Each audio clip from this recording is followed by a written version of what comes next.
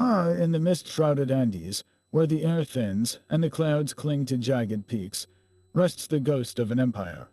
These mountains hold secrets, whispers of a civilization that, in a breathtakingly short span of time, forged one of the most powerful and sophisticated empires the world has ever known. They built cities in the sky, connected them with a network of roads that defied the brutal terrain, and mastered their world with an ingenuity that still feels almost supernatural.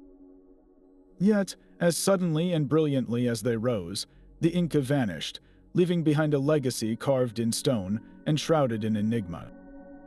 We look upon their ruins today, like the iconic Machu Picchu, perched impossibly on a mountain ridge, and we are filled with a profound and humbling question: how? How did they achieve what seems, even with our modern technology, nearly impossible? The truth is, for all our advanced tools and historical knowledge, the Inca Empire remains one of history's most captivating puzzles, a collection of mysteries that have stubbornly resisted explanation for centuries. Think about the sheer scale of their ambition. This was a people who, without the wheel, without iron tools, without even a written language as we understand it, moved multi-ton blocks of stone and fitted them together with a precision that leaves no space for a blade of grass. They shaped the very bones of the mountains to their will, creating agricultural terraces that fed millions and constructing temples that aligned with the cosmos. Their understanding of engineering, astronomy, and statecraft was so advanced that it rivals, and in some cases surpasses, that of their European contemporaries. Yet, they left no blueprints, no detailed records of their methods. Their story is told through the stones themselves, through the winding paths of their sacred valleys, and through the cryptic accounts passed down through generations. Each monument is a silent testament to their genius, and each one poses a new, baffling riddle that challenges our very understanding of ancient human capability. That is the journey we begin today, a descent into the heart of an ancient conundrum. We are going to explore 30 of the most profound and enduring Inca mysteries, puzzles that have left archaeologists, historians, and engineers scratching their heads for decades.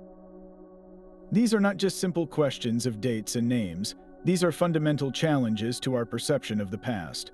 We will examine how they cut and transported their monumental stones. We will question the purpose of their most sacred sites, and we will delve into the ultimate mystery of their vanishing knowledge. This is an invitation to stand beside those silent, majestic ruins and look deeper, to peer through the veil of time and grapple with the same awe-inspiring questions that confront experts today. So join me as we unlock the secrets of the Andes and begin our countdown of the 30 Inca mysteries that archaeologists simply cannot explain. And so we arrive at the very first and perhaps most famous of all Inca enigmas, a question that hangs in the misty air of the Urubamba Valley. What was Machu Picchu truly for? This breathtaking citadel, perched like an eagle's nest between two towering peaks, is the postcard image of the Inca Empire, yet its original function remains one of history's most hotly debated topics. One of the leading theories, championed by many scholars, suggests it was a luxurious royal estate for the powerful Emperor Pachacuti, a sort of summer retreat and ceremonial center away from the bustle of the capital, Cusco.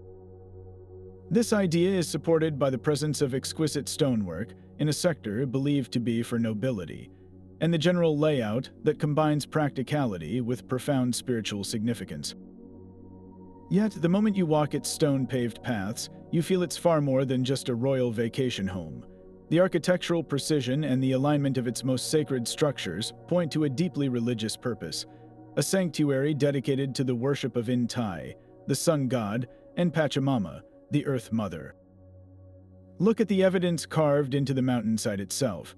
The Temple of the Sun, with its perfectly curved wall and strategically placed windows, is a masterpiece of celestial observation. During the June solstice, sunlight streams through one of these windows to illuminate a specific ceremonial niche with dramatic precision, a feat that required an advanced understanding of astronomy.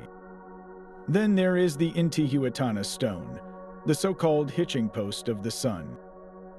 This intricately carved granite pillar is one of the few such stones to survive the Spanish conquest, and it is believed to have been a sophisticated astronomical calendar and ritual device, used by Inca priests to symbolically tie the sun to the earth and ensure its return after the shortest day of the year. The entire site is a complex tapestry of temples, plazas, and residential areas, all woven into a landscape that the Inca considered sacred. Its very location, hidden away on a remote ridge and invisible from below, argues for a purpose that was deeply spiritual and exclusive, a place for the most elite members of Inca society to connect with the divine. This isolation is another key piece of the puzzle. Why build something so magnificent in such an inaccessible place? The journey to Machu Picchu, even today, is a formidable one, which leads to another compelling theory, that it was a last refuge, a fortified bastion, or a secret ceremonial center designed to be hidden from outsiders. The steep, terraced slopes provided agricultural self-sufficiency, while the narrow entry points made it easily defensible. Yet, curiously, there is little evidence of large-scale military conflict. This paradox only deepens the mystery. Without a written chronicle from the Inca themselves, we are left to interpret the silent testimony of the stones. The Spanish conquistadors never found it, which is why it remains so incredibly preserved, but this also means it's absent from their colonial records. Every theory, from royal retreat to holy university for priestesses and astronomers, is a plausible interpretation of the same physical evidence. The true purpose of Machu Picchu was likely a combination of all these things, a political, religious, and astronomical center of immense importance. But the definitive answer died with the last Inca who knew its secrets, leaving us with a majestic, beautiful, and utterly silent citadel that guards its truth as fiercely as the mountains that surround it. Leaving the spiritual heights of Machu Picchu, our search for answers descends to the very foundations of the empire, to the stones themselves. And here, we encounter a second, even more tactile mystery, one you can literally run your fingers over. It is the mind-bending precision of Inca stonework, a feat of engineering so perfect it defies logic. Imagine a wall built from massive, irregularly shaped blocks of granite and andesite, some weighing more than 100 tons. These aren't simple rectangles, they are complex polygonal shapes, with as many as 12 different angles on a single stone. Yet, these colossal puzzle pieces fit together so flawlessly that, for centuries, the enduring claim has been that you cannot slide a razor blade, or even a piece of paper, between them. This is not an exaggeration. At sites like the mighty fortress of Sacsayhuaman overlooking Cusco, or the terraced stronghold of Ollantaytambo in the Sacred Valley, you can witness this phenomenon firsthand. The stones lock into one another with a seamless, organic unity, a technique known as polygonal masonry, and it was achieved without the use of iron tools, without the wheel for transportation, and critically, without any mortar to fill the gaps. This last point is what truly separates Inca construction from all others. They didn't use a glue or cement to hold their walls together. The stability came entirely from the impeccable fit. This is why, while Spanish colonial buildings built with mortar have crumbled in countless earthquakes, the Inca walls at Sacsayhuaman still stand completely undisturbed, their interlocking stones simply shifting and then settling back into place during seismic activity. They built, quite literally, for eternity. So how did they do it? The question of how the Inca cut, moved, and fitted these multi-ton stones remains one of the greatest archaeological puzzles in the world. Let's start with the quarrying. Without hardened metal tools, how do you extract a 100-ton block from a mountainside? The prevailing theory involves a surprisingly simple yet brutally effective method. Workers would first drill a line of holes in the solid bedrock. Then, they would drive dry wooden wedges into these holes. Next, they would pour water over the wood. As the wood absorbed the water, it would expand with tremendous force, creating enough pressure to cleanly crack the stone along a predetermined line. This technique, while conceptually straightforward, required an intimate knowledge of the stone's grain and fracture points. Once the block was free, the real challenge began: transportation. Without wheels or draft animals, the movement of these stones is a spectacle of pure human ingenuity and coordination. It is believed that hundreds, perhaps thousands, of laborers would maneuver the blocks using a system of ropes, levers, and earthen ramps.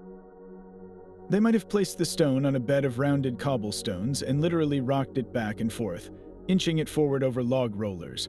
The journey of the stones at Ollantaytambo is particularly legendary, as they were brought from a quarry high on a mountainside across a river valley, and then up a steep incline to the temple site. The logistical coordination for such an endeavor is staggering to contemplate, but the most profound mystery is the final fitting. How did they achieve that legendary, knife-edge precision? The most common explanation is a process of repetitive trial and error. The theory suggests that stonemasons would roughly shape a block, lift it into place next to its neighbor, and then identify the high spots. They would then lower the block, grind away those high points using harder stone tools and abrasive sand, lift it again, check the fit, and repeat the process dozens, maybe even hundreds of times. This measure and grind method is feasible, but when you consider the sheer number of stones in a single wall and the incredible weight involved, the amount of labor and time required becomes almost unimaginable. This has led to more speculative, but fascinating, alternative theories. Some researchers have proposed that the Inca might have discovered a way to temporarily soften the stone using a plant-based chemical compound, allowing them to mold it almost like clay. While there is no direct archaeological evidence for such a substance, the idea persists because the surfaces sometimes have a slightly vitrified, or melted, appearance that is difficult to explain through grinding alone. Other suggestions point to their possible use of advanced acoustic vibration or sonic levitation, using sound waves to manipulate the massive blocks. While these ideas venture into the realm of legend, their persistence highlights a fundamental truth. The standard explanations, while logical, still feel insufficient to fully account for the perfection we can see and touch today. The stonework is not just a construction technique, it is a testament to a lost school of knowledge, an understanding of material science and geometry that we have yet to fully rediscover. From the silent language of stone, we now turn to a mystery made of cord and knot, a system of record-keeping that is as elegant as it is enigmatic, the quipu. Imagine an intricate tapestry of hanging cords, like the fringe of a textile, each string a different color, with a series of complex knots tied at varying intervals. To the untrained eye, it might look like a piece of abstract art or a tangled collection of ropes, but to the Inca, a quipu was a sophisticated data storage device, a library of numbers and perhaps even stories, all encoded in a format that has proven incredibly difficult for modern scholars to crack. The prevailing and most widely accepted theory is that the quipu was primarily an administrative tool, an ancient analog computer used for accounting and census data. In an empire that spanned thousands of miles and encompassed millions of people, the state needed a reliable way to track everything from agricultural yields in distant valleys to the population counts of newly conquered territories. The quipu was the solution. The position of a knot, the type of knot, whether a figure 8 or a long knot, and the sequence in which they were tied along a string, all represented numerical values, likely using a base 10 decimal system. The colors of the cords themselves could signify what was being counted: yellow for gold, white for silver, brown for potatoes, and so on. A single quipu could thus hold a vast ledger of information, allowing imperial administrators to manage the economy of the entire empire without a single written word. Yet, this accounting theory, while logical, may only tell half the story. The true mystery of the quipu deepens when we consider the accounts of early Spanish chroniclers. They recorded that the Inca used these knotted strings for far more than just inventory. They were used to record history, laws, and even epic poems. This has led a growing number of researchers to propose a revolutionary idea, that the quipu was not merely a numerical device, but a full-fledged, three-dimensional form of written language. Think of it not as a spreadsheet, but as a book. In this theory, the knots, colors, and even the spin and ply of the individual strings could encode syllables, concepts, or narrative events. The physical structure of the quipu, its main chord, its pendant strings, and its subsidiaries, could represent grammatical relationships or the hierarchy of ideas, creating a tactile syntax that was read by touch as much as by sight. This possibility dramatically transforms our understanding of the Inca. If correct, It means they did possess a system of writing, but one so utterly unique and divorced from the symbolic scripts of the Old World that we have barely begun to understand its grammar. The loss of this knowledge represents one of the greatest cultural catastrophes of the colonial era, a library of chords burned without being read. This loss is personified by the figure of the Quipu Kemayak, the official keeper of the Quipus. These individuals were not simple bookkeepers. They were the living historians, the master accountants, and the oral interpreters of the empire's most vital records. A Quipu Kemayak was trained for years, learning the complex codes and narratives that the knots preserved, and could read a Quipu aloud, providing the full context and story behind the numerical data. They were the human hard drives of the Inca state, and their knowledge was both specialized and sacred. Tragically, during the Spanish conquest and the subsequent campaign to convert the Inca to Catholicism, the colonial authorities identified the Quipu Kemayaks as priests of a pagan system. Seeing the Quipus as tools of idolatry and a threat to their control, the Spanish systematically sought out and destroyed the cords and, in many cases, persecuted the keepers themselves. This deliberate eradication of both the medium and its interpreters created an intellectual chasm that we have never been able to cross. The codes were broken, the language, if it was a language, was silenced, and the keys to understanding vast swaths of Inca history, mythology, and law were lost forever. Today, the effort to decipher the Quipu continues, a painstaking puzzle with most of its pieces missing. Of the estimated 1,000 or so Quipus that survive in museum collections around the world, the vast majority remain mute. Researchers use advanced technologies like 3D scanning to analyze the minutiae of knot placement and cord construction in unprecedented detail, searching for patterns that could unlock their semantic meaning. Some scholars are even attempting to cross-reference Quipus with Spanish colonial documents that might be transcriptions of the original readings, hoping to find a Rosetta Stone that links a specific Quipu to a specific story or census report. Progress is slow, incremental, and fraught with the frustration of knowing that the masters who could have taught us everything are long gone. Each Quipu is therefore a dual symbol, a breathtaking testament to Inca intellectual achievement and a haunting reminder of the fragile nature of knowledge itself. They hang in their museum cases not as simple artifacts, but as unread volumes in the great library of human history, their stories still tightly wound within the intricate language of their knots. But to find our next great Inca mystery, we must journey away from the high Andes and down to the stark, arid plains of the Peruvian coast, to a place that predates the Inca Empire by many centuries, yet which may have been part of their vast, interconnected world. Here, etched into the dark desert pavement, are the legendary Nazca lines. These colossal geoglyphs, depicting everything from a massive hummingbird and a spider to a mysterious humanoid figure often called the astronaut, are so enormous they can only be fully appreciated from the air. Created by the Nazca culture between 500 BCE and 500 CE, they are one of archaeology's most iconic and baffling puzzles. The Inca Empire rose to power nearly 1,000 years after the Nazca culture had faded into history, which leads to a compelling and often overlooked question. What did the Inca, the great integrators of Andean culture, know about these ancient desert drawings, and did they hold a place in their own view of the sacred landscape? The relationship between the Inca and the Nazca lines is a subtle one, woven more from inference and possibility than from direct evidence. The Inca were masterful inheritors and adapters. They didn't just conquer territory, they absorbed the holy sites, myths, and technologies of the cultures that preceded them. They saw the entire landscape as alive with spiritual force, or huaca. Given that the Inca sphere of influence eventually stretched to include the Nazca region, it is almost inconceivable that they were unaware of the lines. The real mystery is not if they knew, but how they interpreted them. One compelling theory suggests that the Inca, with their profound reverence for mountain peaks, water sources, and celestial pathways, may have seen the Nazca Plateau as a gigantic, preordained huaca.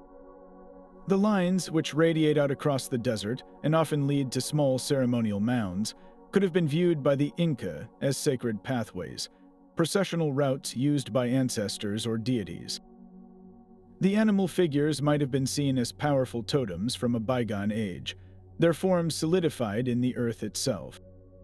The Inca incorporated local deities into their own state religion, so it is entirely plausible that they would have recognized the spiritual power of these immense geoglyphs, and perhaps even conducted their own ceremonies there, layering their own beliefs onto this ancient canvas. This leads us directly into the heart of the Nazca enigma itself. Why were these massive figures, some stretching over 600 feet, created in the first place, especially since their creators could never have seen them in their full, breathtaking glory? The most enduring theory, popularized by researcher Maria Reich, is an astronomical one. She proposed that the lines acted as a giant celestial calendar, with many of the long, straight tracks pointing directly to the rising and setting points of the sun, moon, and key stars during solstices and other significant dates. This knowledge would have been crucial for an agricultural society, dictating planting and harvest times. Another prominent theory is that the lines were part of an elaborate religious complex, specifically designed for rituals to summon life-giving water. The Nazca region is one of the driest places on Earth, and survival depended on underground aquifers and rare mountain runoff. The geoglyphs, particularly the trapezoids and zigzag shapes, are thought by some to mirror the flow of water or to be physical prayers to the mountain gods, urging them to release the precious water that would sustain the people. The animal figures, like the hummingbird and the monkey, may have been clan symbols or deities associated with water and fertility. But perhaps the most intriguing and controversial idea connects the lines directly to the lifeblood of the desert, the search for water. Researcher David Johnson has proposed a very practical, hydrological theory. He suggests that the lines are not random art or simple star maps, but a sophisticated map of the region's vast underground water sources. According to his research, many of the long, straight lines correlate directly with fault lines in the underlying bedrock, which are the primary channels for subsurface water flow. The specific figures and trapezoids in this theory could have marked the locations of aquifers or indicated the direction and volume of the water. This would make the Nazca lines a monumental piece of utility infrastructure, a secret map of the desert's hidden water, passed down through generations of priests or water dowsers. This theory gains even more traction when we consider the Inca's own legendary hydraulic engineering. The Inca were masters of water, building intricate canals, fountains, and drainage systems at sites like Machu Picchu and Tapan. If the Inca did indeed recognize the Nazca lines as a hydrological map, it would have represented a profound convergence of their own practical genius with the sacred knowledge of an ancient, vanished culture. They would have seen the lines not just as art, but as a divine blueprint for survival in a harsh land. Ultimately, the Nazca lines stand as a multi-layered mystery, a riddle within a riddle. Their original purpose, whether astronomical, religious, hydrological, or a combination of all three, died with the last Nazca people, and the Inca interpretation of them remains a ghost in the historical record, a silent understanding that left no written trace. The lines force us to confront the limitations of our own perspective. We gaze at them from airplanes and satellites, marveling at their scale, yet we struggle to see them through the eyes of the people who made them or the empire that may have inherited them. They are a testament to the human drive to impose order and meaning on the world, to communicate with the gods, and to master the elements on a truly monumental scale. The connection to the Inca deepens the mystery, suggesting a thread of continuity in Andean spirituality and ingenuity that spanned millennia, a thread that, like the lines themselves, remains tantalizingly visible yet just out of reach.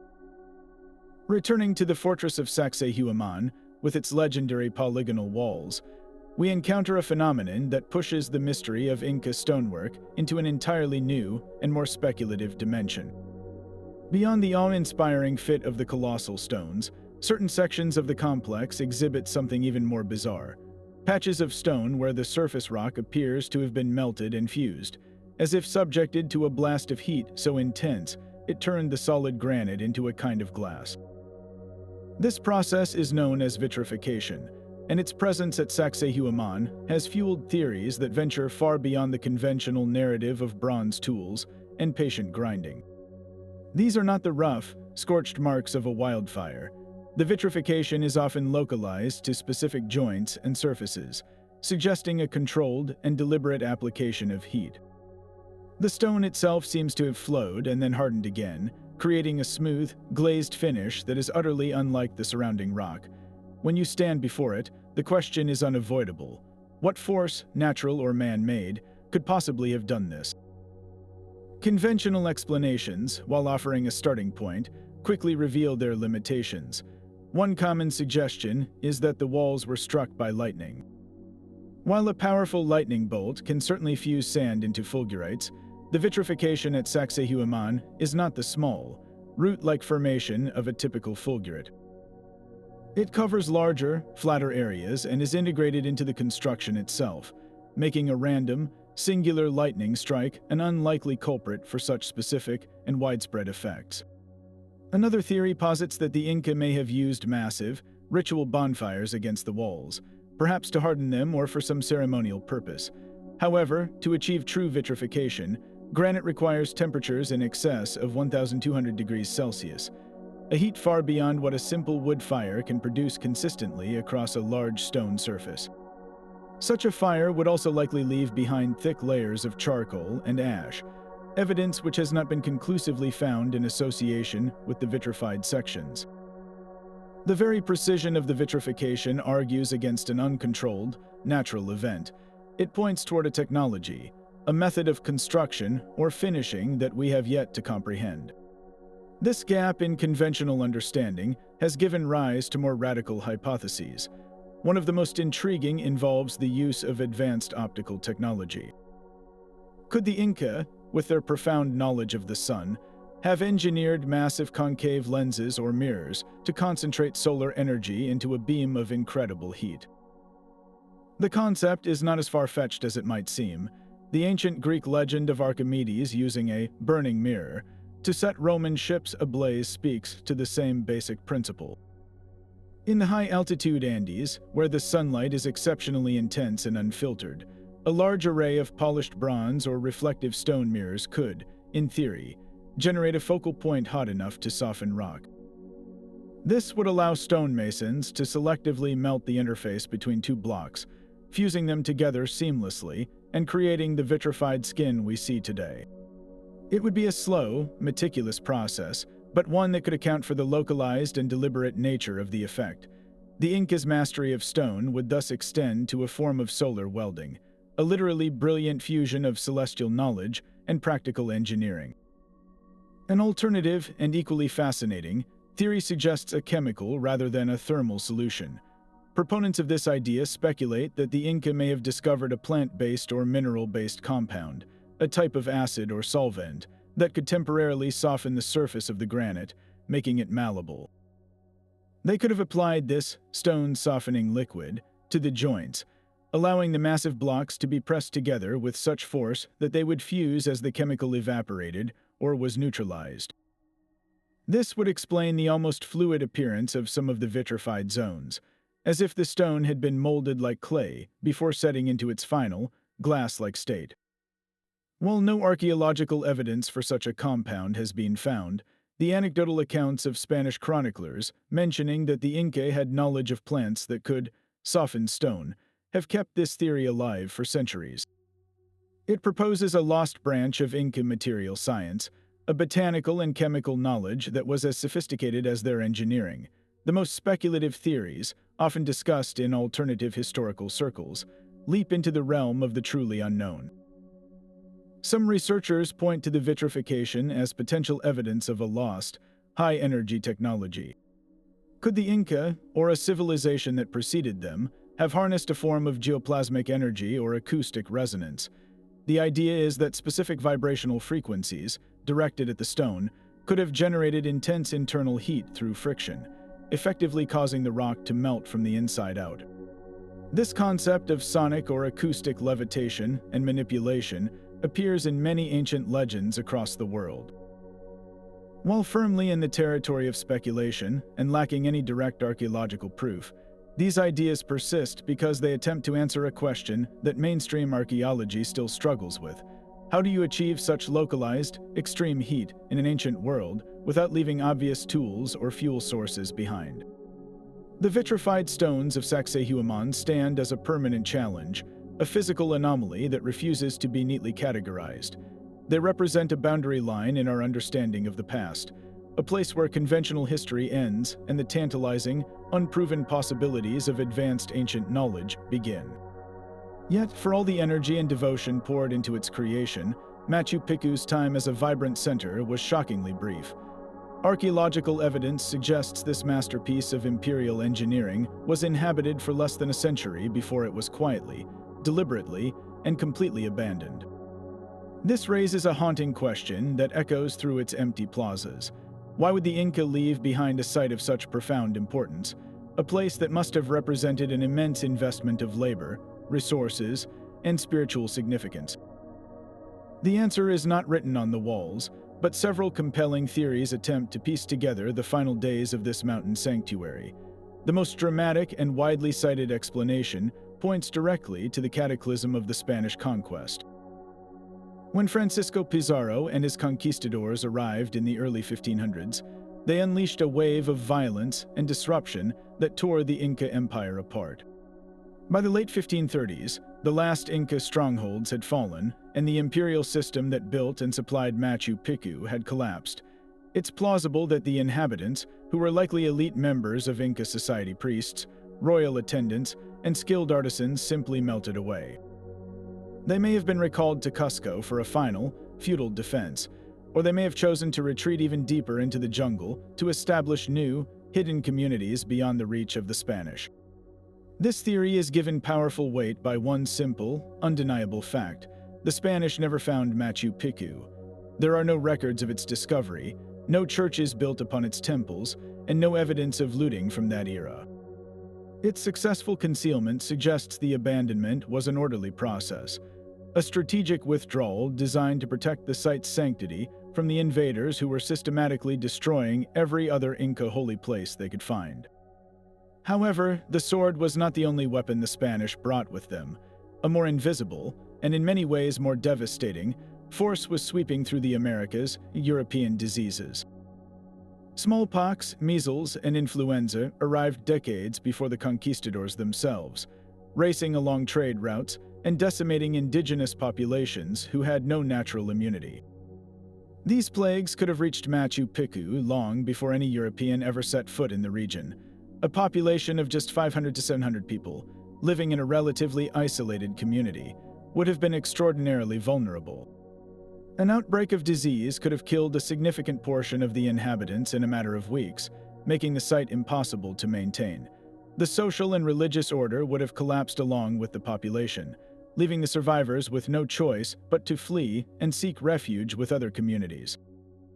This theory turns the abandonment from a strategic decision into a tragic demographic catastrophe, where the city wasn't so much left behind as it was emptied by an unseen enemy. A third theory looks not to external forces, but to the very landscape the Inca so masterfully terraced. Could Machu Picchu have been abandoned due to a failure in its own life support system, a critical water shortage? The Inca were brilliant hydraulic engineers, channeling water from mountain springs through a network of stone canals to supply the city's numerous fountains and baths. This system, however, was dependent on a consistent water source. Geological studies have identified evidence of significant seismic activity in the area during the period of Inca occupation.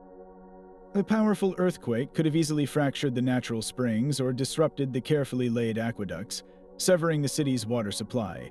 Alternatively, a long-term shift in climate patterns, such as a prolonged drought, could have reduced the flow to a trickle. Without a reliable source of fresh water, the complex agricultural terraces would have failed, and the city would have become uninhabitable. This presents a profound irony. A civilization that worshipped water as a divine force may have been ultimately driven from one of its greatest achievements by the very element it sought to control. In the end, the true reason for Machu Picchu's abandonment likely involves a combination of these factors. Perhaps a devastating earthquake damaged the water system, followed by an outbreak of disease that weakened the population. with the final blow being the collapse of the imperial order that provided its political and economic support. The silence that followed was so complete that the jungle slowly reclaimed the stone city, guarding its secret for nearly 400 years. When Hiram Bingham was led to the site by a local Quechua boy in 1911, he wasn't discovering a lost city in the eyes of the nearby communities. He was being shown a place they had always known, a sacred relic of their ancestors. The enigma of its desertion is now forever part of its legend. Machu Picchu does not stand as a monument to a sudden, violent end, but to a deliberate and mysterious departure, a place from which its people simply walked away, allowing the clouds and the mountains to reclaim what was always theirs. This story of vanished treasure begins with one of history's most staggering acts of betrayal, a moment that encapsulates the brutal collision of two worlds. It was the year 1532, and the Inca Emperor Atahualpa, fresh from a victorious civil war, found himself confronted by a tiny band of Spanish conquistadors led by Francisco Pizarro in the highland city of Cajamarca. Though surrounded by his immense army, Atahualpa was captured in a shocking surprise attack. Confident in his power, and perhaps underestimating his captor's greed, the emperor made a desperate offer to buy his freedom.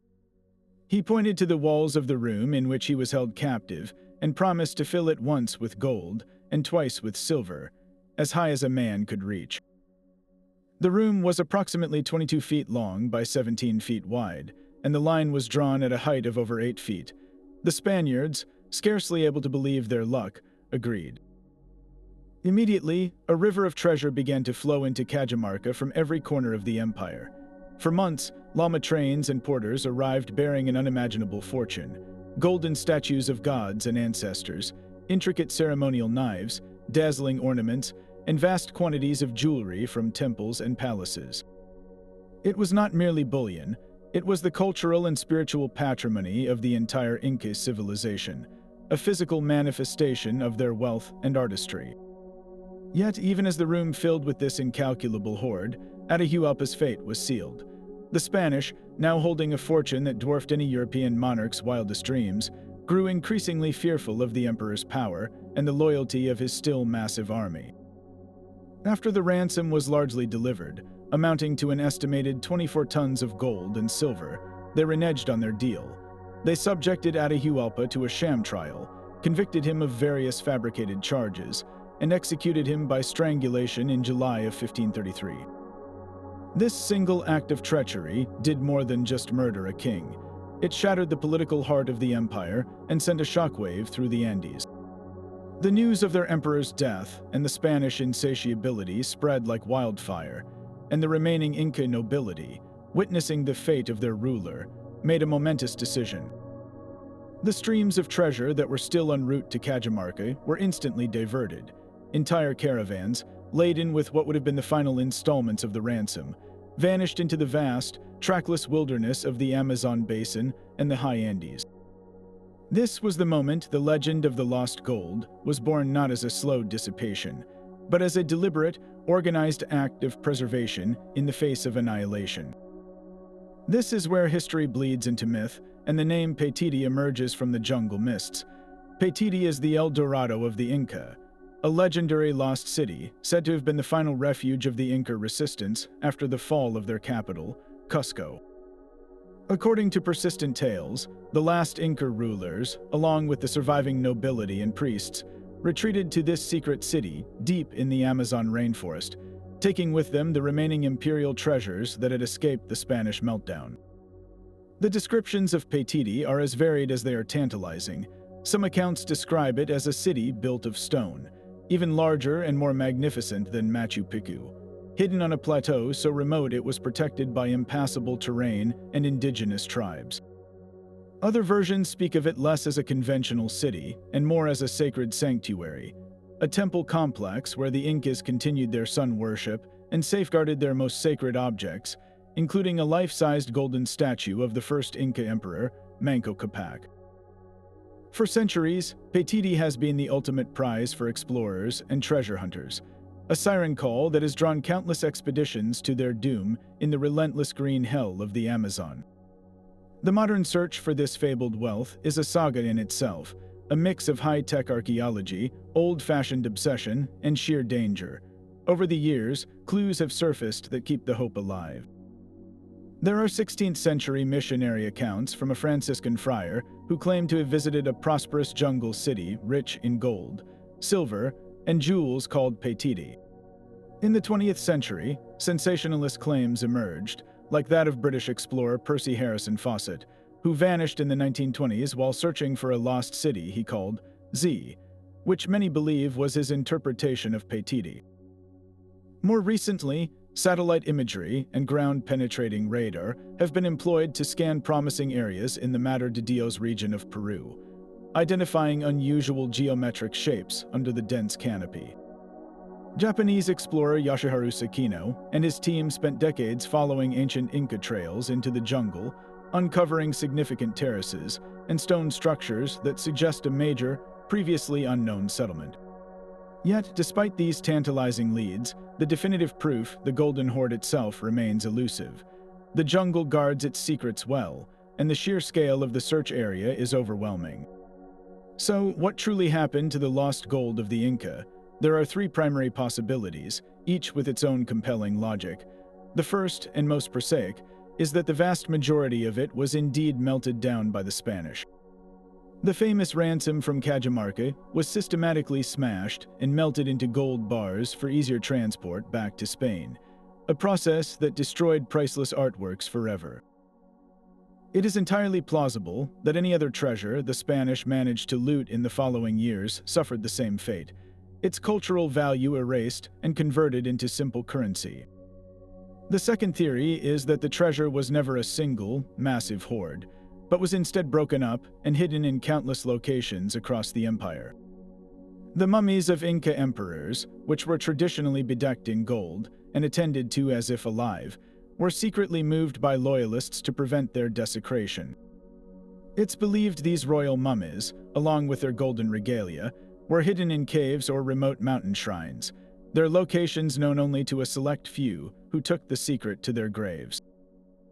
Small caches of gold have been found over the centuries by farmers and hikers, suggesting this decentralized hiding strategy was real.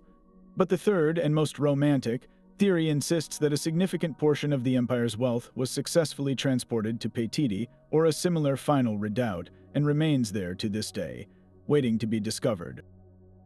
The logistical challenge of such an operation would have been immense, but the Inca were masters of organization and knew their territory intimately. The allure of this idea is not just about the monetary value, but about what it represents, a final, unconquered piece of the Inca spirit, a place where their culture and treasures survived the onslaught of conquest. The lost gold is more than just metal. It is a symbol of a world that was violently interrupted, a ghost of an empire that still haunts the mountains and jungles of South America, whispering promises of a glory that was never entirely extinguished. Leaving the sun-drenched ruins and jungle-shrouded legends behind, we now descend into the earth itself, into a mystery that lies buried deep beneath the Andes. This is the enigma of the subterranean tunnels, a persistent legend of a hidden network of underground passages said to connect sacred sites, palaces, and fortresses across the vast expanse of the Inca Empire. While the Inca are celebrated for their mastery of the mountainous surface, these tales suggest they were equally formidable architects of the world below, creating a secret web that moved people, treasures, and ideas in total concealment. The stories are not merely modern folklore. They are rooted in the first-hand accounts of the very men who conquered the empire. Spanish chroniclers, including the soldier Pedro Cieza de Leon, wrote with a mixture of awe and frustration about these subterranean labyrinths.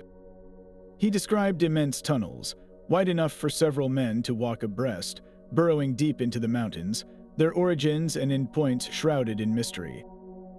The conquistadors, driven by their lust for gold, often heard rumors that the last Inca emperors had used these passages to spirit away the empire's remaining treasure, hiding it from European hands in chambers so deep and complex they could never be found. One of the most famous focal points for these legends lies directly beneath the imperial capital. The city of Cusco was not just a political center. It was designed in the sacred shape of a puma, with the fortress of Sacsayhuaman forming its head.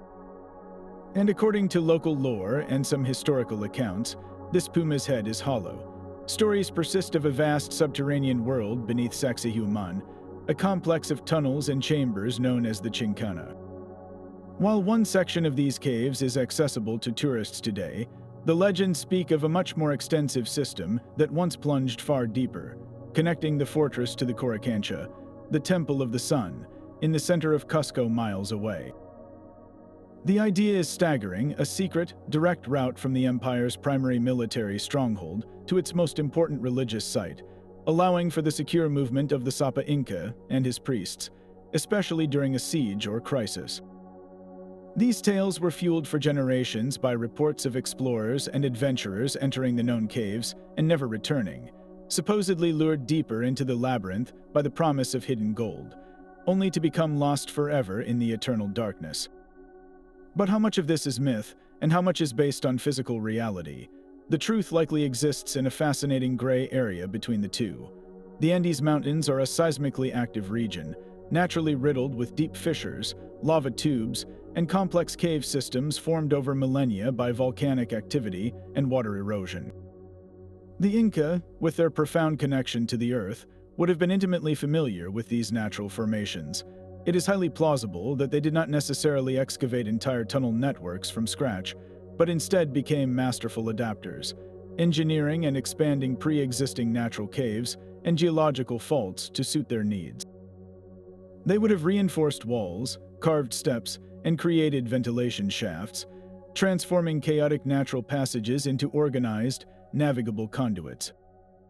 This practice of modifying natural features for spiritual and practical purposes is a hallmark of Inca culture, seen in their reverence for naturally occurring rock formations, which they often integrated directly into their most sacred architecture. So, the tunnels may not be the purely man-made, brick-lined passages of European castles, but something uniquely Andean, a symbiotic fusion of geology and human ingenuity. The proposed purposes for this underground network are as varied as the legends themselves, ranging from the intensely practical to the deeply spiritual. On a utilitarian level, these passages would have provided unparalleled security and logistics. They could have served as secret escape routes for the elite during an attack, as hidden avenues for moving troops between fortifications unseen, or as secure storage for state goods and the very gold the Spanish so desperately sought. The strategic advantage of being able to move beneath your enemy's feet is obvious. Yet, for the Inca, the earth was not merely a resource to be used. It was a living deity, Pachamama. Entering the underworld was a sacred act. This leads to the compelling theory that these tunnels served a vital religious function. They could have been pilgrimage routes, leading initiates on a symbolic journey into the belly of the earth and emerging reborn, or they may have been processional pathways used during specific ceremonies dedicated to the ancestors and underground deities. The most profound rituals, those involving oracle consultation or communication with the world of the dead, might have required the absolute silence, darkness, and seclusion that only the deep earth could provide. In the modern era, the search for physical proof continues, often yielding tantalizing but inconclusive results. Ground-penetrating radar surveys around Sacsayhuaman and other sites have occasionally detected anomalous voids and structures deep underground that do not appear to be natural. However, the unstable geology of the region and the immense depth of some of these features make excavation extraordinarily difficult and dangerous. Furthermore, the Spanish, in their campaign to extinguish Inca religion, took great pains to seal off any known cave entrances they discovered, viewing them as portals to pagan worship. This means many potential access points were deliberately lost. The most compelling evidence often comes anecdotally. There are accounts from the early 20th century of certain tunnels being open, with locals claiming they traveled long distances through them before the passages became blocked or were sealed by authorities for safety. The existence of a physical tunnel, connecting the Coricancha to a site on the outskirts of Cusco, was confirmed in the 1940s when it was uncovered during a construction project, though it was quickly sealed again. This single verified passage gives immense credibility to the broader legends, proving that the Incas certainly did create significant subterranean works. The great mystery, then, is not if they built tunnels, but the true scale and sophistication of the network they created. We are left with a landscape that is quite literally double-layered, the majestic world of stone we see under the sun, and a hidden, shadowed world of passage and ritual that we can only dimly perceive, a silent testament to an empire that mastered not only the peaks of the mountains, but also the secrets that lay in the darkness beneath them. Now, turning from the hidden world beneath the Andes to the very source of the empire itself, we confront a mystery that lies at the heart of Inca identity. Where did these people truly come from? The official story, the one the Inca state propagated to legitimize its divine right to rule, is a powerful and beautiful myth centered on the waters of Lake Titicaca, the highest navigable lake in the world. According to this foundational legend, in the age of primordial darkness, the creator god Viracocha emerged from the lake and brought forth the sun, the moon, and the stars. Later, he summoned his two children, Manco Capac and Mama Aclo, from the depths of the lake itself. They rose onto the island of the sun, imbued with a sacred mission. Viracocha gave Manco Capac a golden staff, the Tapak Yori, and instructed the divine siblings to travel until they found a place where the staff would sink completely into the earth with a single thrust, a sign that they had found the navel of the world, the place destined for their civilization. After a long journey north, they arrived in a fertile valley, and there, on the hill of Huanacori, the golden staff plunged effortlessly into the ground. This was Cusco. Manco Capac taught the men he found the arts of agriculture and civilization, while Mama Aclo taught the women weaving and domestic skills. From this divine couple, the entire line of Sapa Incas, the emperors, was born, establishing a dynasty with a direct mandate from the gods. This myth served a crucial political and spiritual purpose. By claiming origin from Lake Titicaca, a site that had been a center of pilgrimage and power for earlier cultures like the Tiwanaku, the Inca effectively co-opted a pre-existing sacred geography. It positioned them as the chosen successors to ancient Andean traditions, the culmination of a divine plan. The story of the Golden Staff provided an unassailable justification for their conquests. They were not merely expanding their territory, they were fulfilling a prophecy, unifying the world under the benevolent order decreed by Viracocha. It was a brilliant piece of statecraft, wrapping political ambition in the cloak of celestial destiny. Yet, for all its narrative power, this origin story stands in stark contrast to the picture emerging from the soil of the Cusco Valley. A picture painted not by myth, but by pottery shards, stone tools, and the foundations of ancient buildings. Archaeology tells a different, more gradual tale. Excavations in and around Cusco reveal that the valley was inhabited for centuries before the sudden, explosive expansion of the Inca Empire in the 15th century. The Kilk culture, which flourished in the region from around 900 to 1200 CE, left behind distinctive pottery and the remains of settlements that would later form the bedrock of the Inca capital. The Kilk were not a mighty empire. They were one of many small, competing chiefdoms in the central Andes. The archaeological record suggests that the early Inca were simply one of these local groups, perhaps slightly more ambitious or better organized than their neighbors. There was no sudden, divine arrival of culture bearers from Lake Titicaca.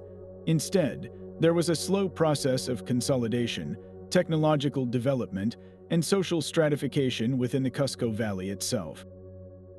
The transition from the Kilk to what we recognize as the Inca style appears to have been an evolutionary process, not a revolutionary one sparked by outsiders.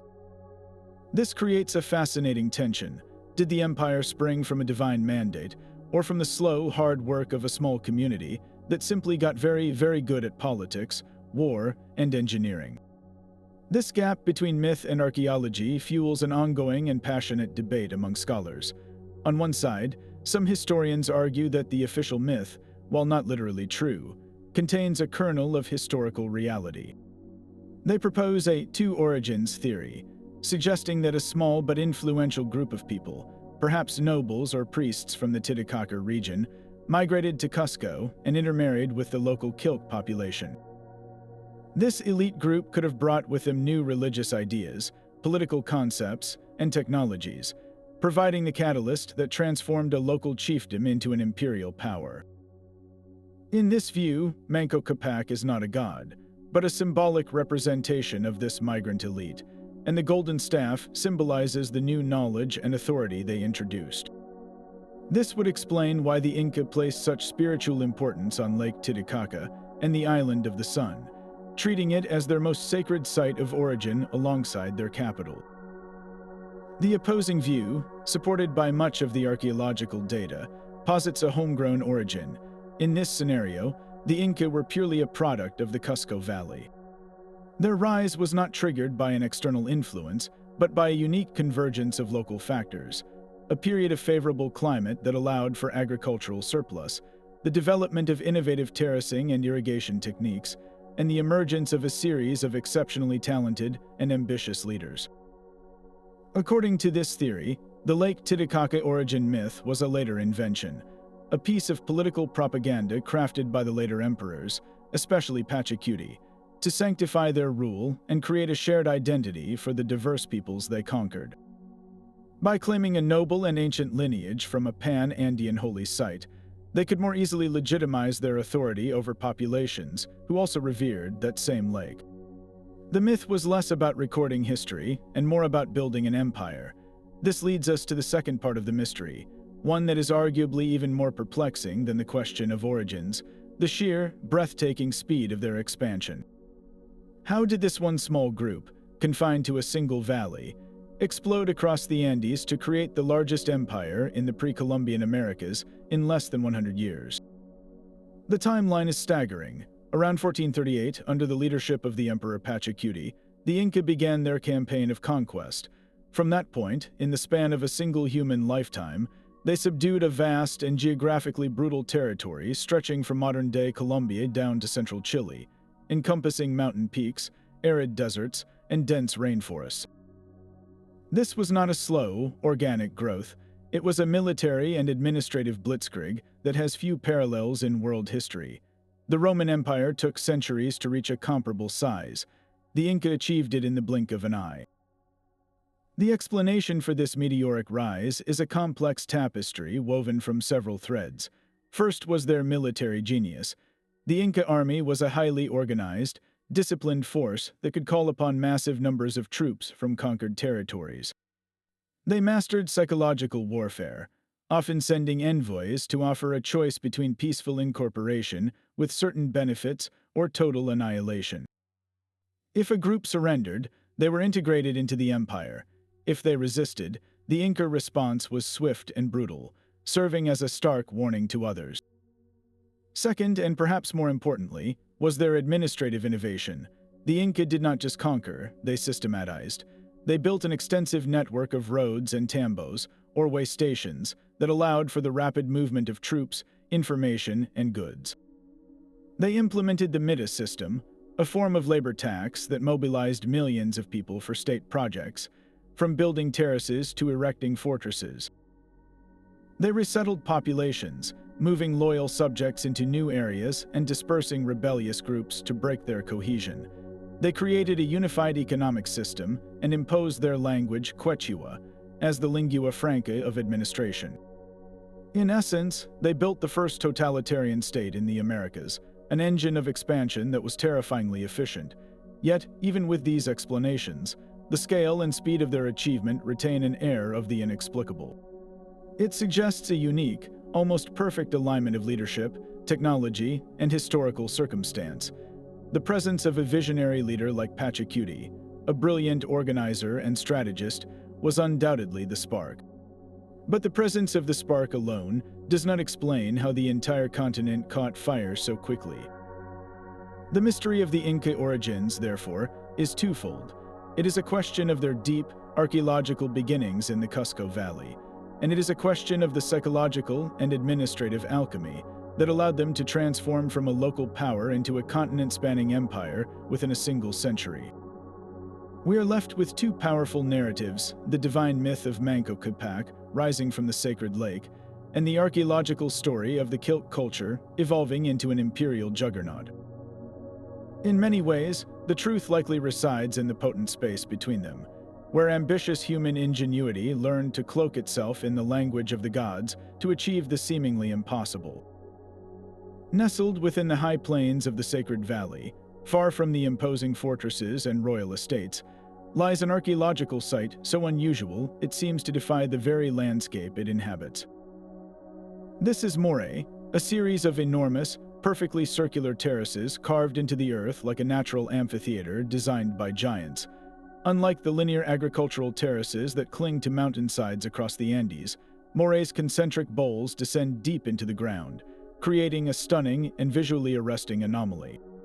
The largest of these depressions plunges an astonishing 150 feet from the highest terrace to the bottom, a cascade of emerald green rings that form a breathtaking geometric masterpiece. When you first lay eyes on it, the immediate and overwhelming question is not just how it was built, but why. What possible purpose could such an elaborate and precisely engineered structure serve in the heart of the Inca Empire? The most compelling and widely discussed theory positions Moray as one of the world's first and most sophisticated agricultural laboratories. The genius of its design lies in its ability to generate a dramatic range of microclimates within a single, compact location. The temperature difference between the sun-baked top terrace and the cool, shaded bottom can be as much as 27 degrees Fahrenheit, effectively replicating the climatic conditions found across thousands of feet of vertical altitude. This created a controlled environment where Inca agricultural scientists could experiment with an incredible variety of crops. They could test which strains of maize, potatoes, or quinoa thrived at which temperature, how different soil compositions affected yield, and how variations in water and sunlight influenced growth. Each terrace level functioned as a unique test plot, allowing for the systematic domestication and optimization of plants that would then be introduced throughout the empire. This research was the bedrock of Inca food security, enabling them to feed a population of millions across an empire that spanned every imaginable ecological zone. The intricate irrigation channels and drainage systems built into the terraces further support this theory, demonstrating a level of hydrological control essential for rigorous scientific experimentation. However, the sheer grandeur and symmetry of Moray suggest its purpose was not solely utilitarian. The site's perfect circular form, so different from the practical rectangles of other terraces, points toward a profound ceremonial significance. For the Inca, the earth was not just a resource to be cultivated, it was Pachamama, a living, breathing deity. The concentric rings descending into the ground could be seen as a symbolic portal or a connection to the underworld and the womb of the Earth Mother herself. This leads to a second powerful theory, that Moray was a major religious center dedicated to the worship of Pachamama and the fertility of the land. Important ceremonies and offerings would have taken place here, perhaps led by priests who used the different levels to represent different layers of the cosmos or stages of agricultural and human life. The acoustic properties of the site add another layer of intrigue. A single voice spoken from the central, bottommost point can be heard clearly throughout the entire complex, while sounds from the top are lost. This unique sonic characteristic would have been perfect for orchestrating rituals where the words of a high priest or oracle at the center resonated with divine power, reaching every participant on the terraces above. In this view, Moray was not just a laboratory for crops, but a theater for communicating with the divine forces that governed the harvest and the very cycle of life and death. The precision of its construction only deepens the mystery, because building such a stable, circular structure in this terrain was a monumental engineering challenge. The terraces are not simply dug into the ground, they are built up with retaining walls filled with carefully selected soil. The bottom layers consist of coarse stones for drainage, followed by smaller gravel, and finally a rich topsoil brought in from other regions to ensure ideal growing conditions. The walls themselves are constructed with the classic Inca precision, fitted together without mortar, yet they curve with a smooth, unwavering grace that is unique among all known Inca sites. This curvature was not arbitrary. Some researchers have noted that the alignment of the main depression correlates with astronomical events, such as the solstices, suggesting the architects incorporated celestial observations into their design. The entire complex, therefore, represents a fusion of agricultural science, religious cosmology, and structural engineering on a scale that is without parallel. It stands as a testament to the Inca ability to seamlessly blend the practical and the spiritual, creating a single structure that served both the body and the soul of their empire. Ultimately, the true role of Moray in Inca society likely encompassed both the scientific and the sacred. It was probably a place where priest-scientists, the most learned individuals in the empire, conducted their vital experiments to ensure bountiful harvests while simultaneously leading ceremonies to honor and appease the deities who provided those harvests. The two functions would not have been seen as separate, but as interconnected aspects of maintaining balance and harmony in the world. The knowledge gained from observing a new potato variety thrive on a specific terrace would have been understood as a gift from Pachamama, a direct result of proper reverence and offering. This holistic worldview is what makes Moray so difficult for us to categorize with our modern distinctions between laboratory and temple. We look upon its silent, green circles and see a puzzle, a site that refuses to yield a single, simple answer. The Inca, however, would likely have seen no contradiction at all, viewing Moray as a single, powerful instrument for understanding and nurturing their world, a place where human ingenuity and divine will worked in perfect, concentric harmony. Yet, to fully grasp the profound loss represented by these broken stones, we must first understand their astonishing complexity. The Intihuatana was far more than a simple carved pillar. It was a masterwork of observational astronomy, a granite computer designed to track the sun's journey with breathtaking precision. Its multifaceted, asymmetrical shape was not an artistic choice, but a meticulously engineered instrument. Each angle and plane served a distinct purpose. The base of the stone is often aligned perfectly with the four cardinal directions, anchoring it to the Inca cosmology. The main pillar, or gnamen, casts a shadow that moves in a predictable, graceful arc across the carved planes and steps of the stone's base.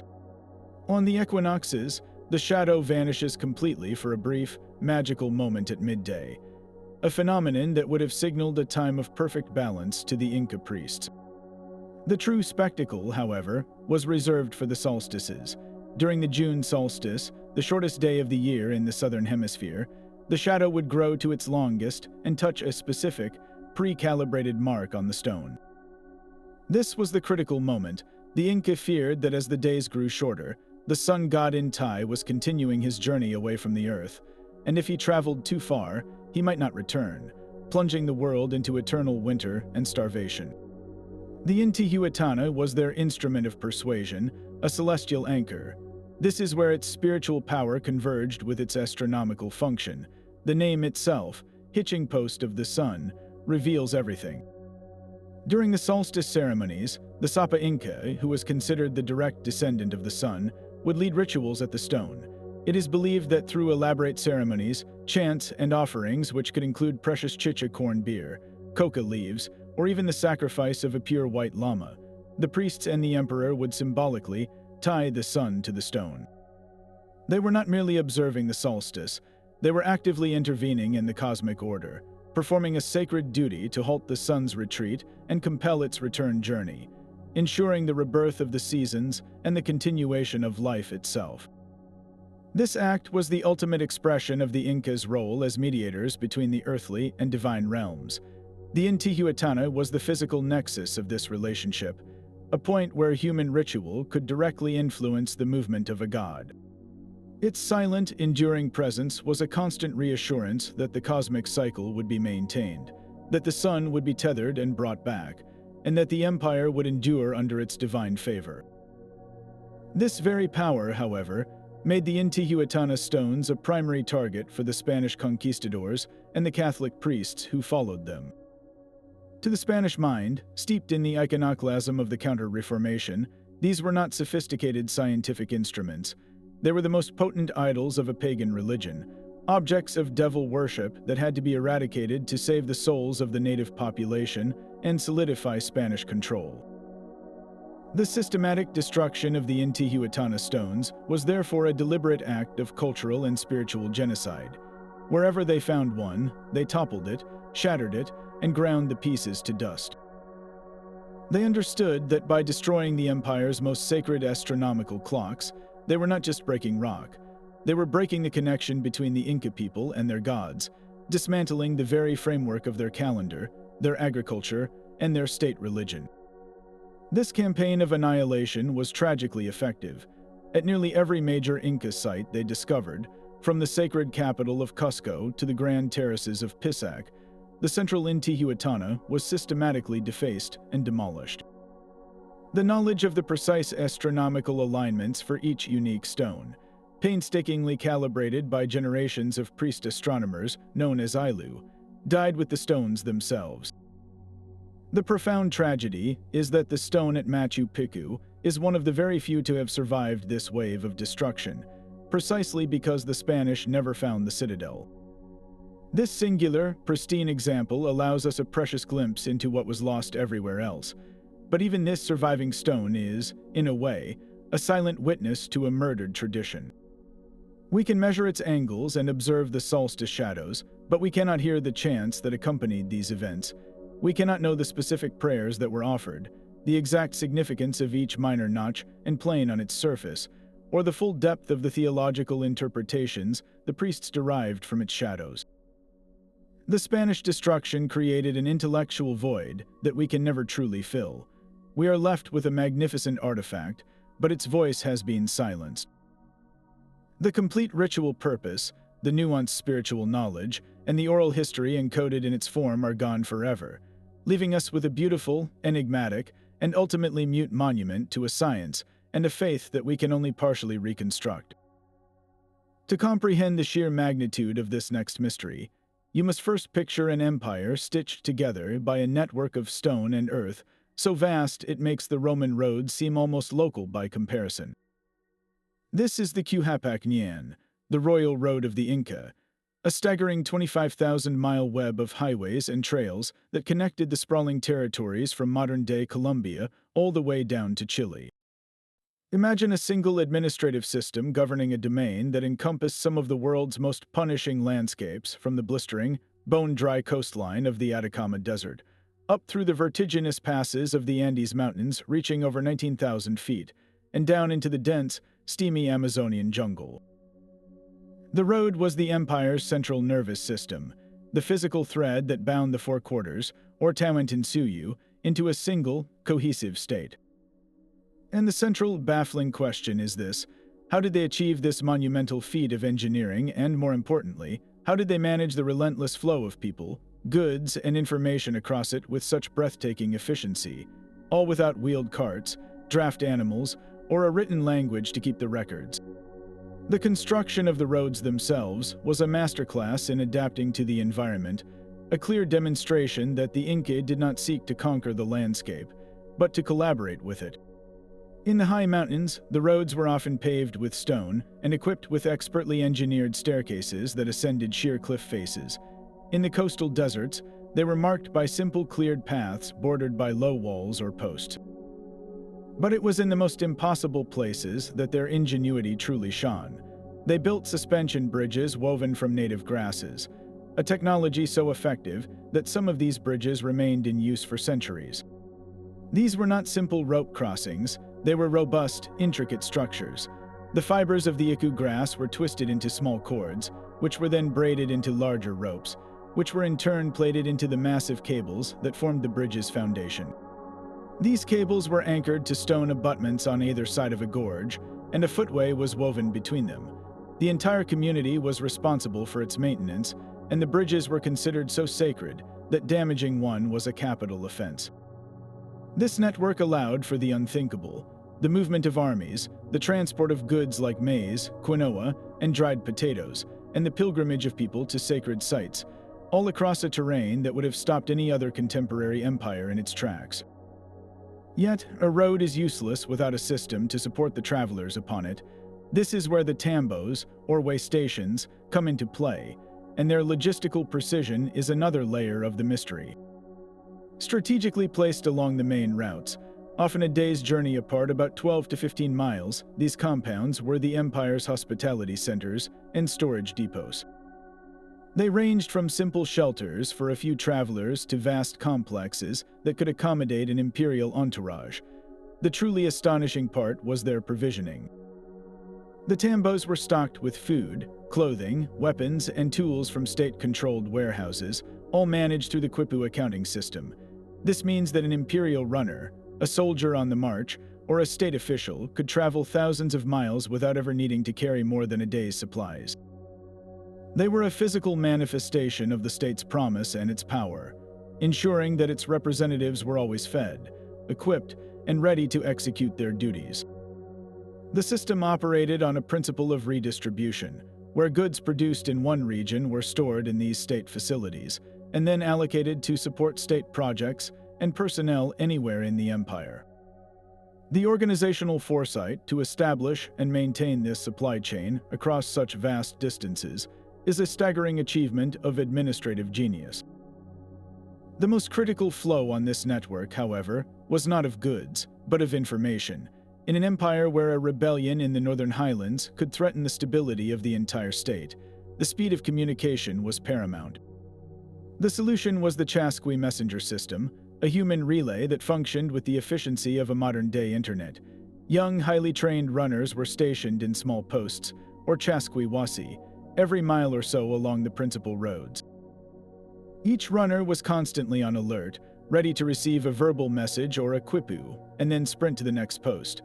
The messages were passed from runner to runner, moving day and night, in a continuous flow that could cover an astonishing 150 miles in a single 24-hour period. This meant that fresh fish from the coast could be delivered to the emperor in Cusco, and more importantly, that an order from the Sapa Inca could reach his generals on a distant front with a speed that his enemies could not hope to match. The Chasquis did not just carry spoken words. They were also trained to interpret and transmit the information encoded on the quipus they carried, making them living, breathing components of the empire's non-written data network. This system was so effective that it arguably gave the Inca a strategic and administrative advantage that rivaled any system using written dispatches. So, we return to the core logistical mystery. How was all this coordinated? Without a written language to send detailed letters of instruction or complex inventory lists, the entire operation relied on the quipu, the decentralized authority of local administrators, and an oral tradition of immense reliability. The quipu was the key. A quipu kamayak at a major tambo would have a set of quipus detailing the exact inventory of the storehouses, how many sacks of maize, how many sandals, how many spears. When supplies were distributed to travelers or troops, the knots would be updated.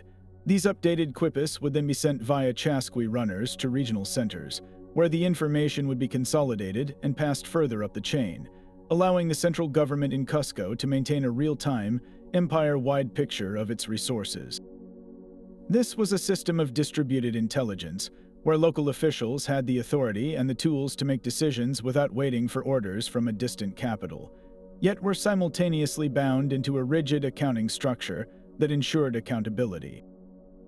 The genius of the Inca was not in creating a top-down, micromanaged state, but in designing a resilient, adaptive system where the flow of information and resources was as reliable and well-maintained as the stone-paved roads themselves. The Quhapak Nyan was more than just a road. It was the physical expression of an organizational principle so advanced that its full complexities continue to challenge our understanding of what an ancient civilization was truly capable of achieving. But our journey through the mysteries of the Andes now leads us away from the heart of the Inca Empire and into the misty, cloud-forested slopes of northern Peru, to a culture so enigmatic they were known as the warriors of the clouds. This is the mystery of the Chachapoya people, a formidable civilization that thrived in a region the Inca called the eyebrow of the jungle, and whose ultimate fate remains one of the most haunting and unresolved questions in South American archaeology. The Chachapoya, whose name is often translated as cloud people, built their cities and fortresses on impossibly steep ridges, seemingly floating between the sky and the earth. They were renowned as fierce warriors and skilled architects, creating a unique cultural identity that stood in stark contrast to their highland and coastal neighbors. Yet, by the time the Spanish arrived, the cloud people had largely vanished from the historical stage, leaving behind a legacy of spectacular ruins and a profound puzzle about their origins, their brutal subjugation by the Inca, and their final, silent disappearance. The most awe-inspiring testament to their engineering prowess is the mountaintop citadel of Cuelap, often called the Machu Picchu of the North. This comparison, while convenient, doesn't quite capture Cuelap's unique, imposing character.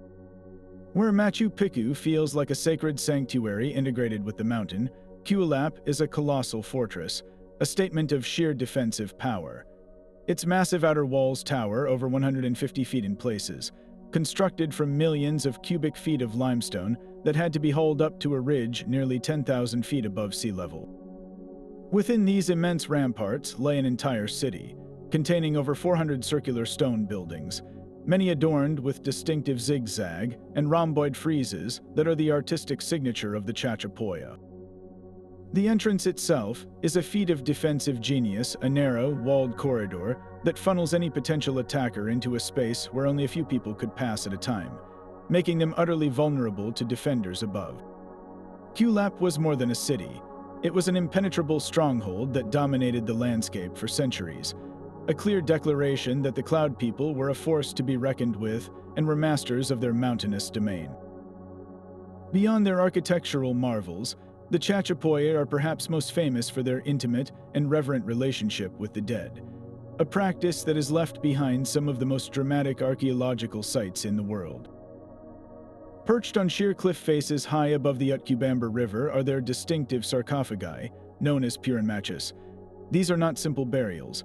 They are life-sized, anthropomorphic coffins sculpted from clay and hardened in the sun, each one an individual sentinel, gazing out across the valley from its vertiginous ledge. The purinmachis were often placed in groups, their stylized heads and bodies painted with symbolic patterns in red and white, creating a silent council of ancestors watching over the living. Even more breathtaking is the cliffside mausoleum of the Laguna de los Condors, where 6 small structures were built directly into a limestone cliff, housing the mummified remains of hundreds of individuals alongside a treasure trove of quippus, ceramics, and textiles. These burial practices demonstrate a worldview where the dead remained active participants in the community, afforded a vantage point that connected them to the celestial realm and protected them from desecration. The sheer effort required to build these tombs in such inaccessible locations speaks volumes about the profound importance the Chachapoya placed on honoring their ancestors and preserving their physical remains. This formidable culture, however, could not forever remain beyond the reach of the expanding Inca Empire. Sometime in the late 15th century, during the reign of the Inca Tupac Yupanqui, the imperial army turned its attention to the cloud forests. The conquest of the Chachapoya was notably difficult and protracted. Spanish chronicles, drawing on Inca sources, describe the Cloud People as exceptionally warlike and resilient, putting up a fierce resistance from their fortified positions like Cuelap. The conflict was brutal, but the overwhelming force and resources of the Inca eventually prevailed. The aftermath of this conquest is where the central mystery of their disappearance truly begins. The Inca, as part of their standard policy of control, initiated a massive forced migration known as Mitmac. Tens of thousands of Chachapoya were uprooted from their homeland and resettled in distant parts of the empire, from the highlands of Bolivia to the outskirts of Cusco.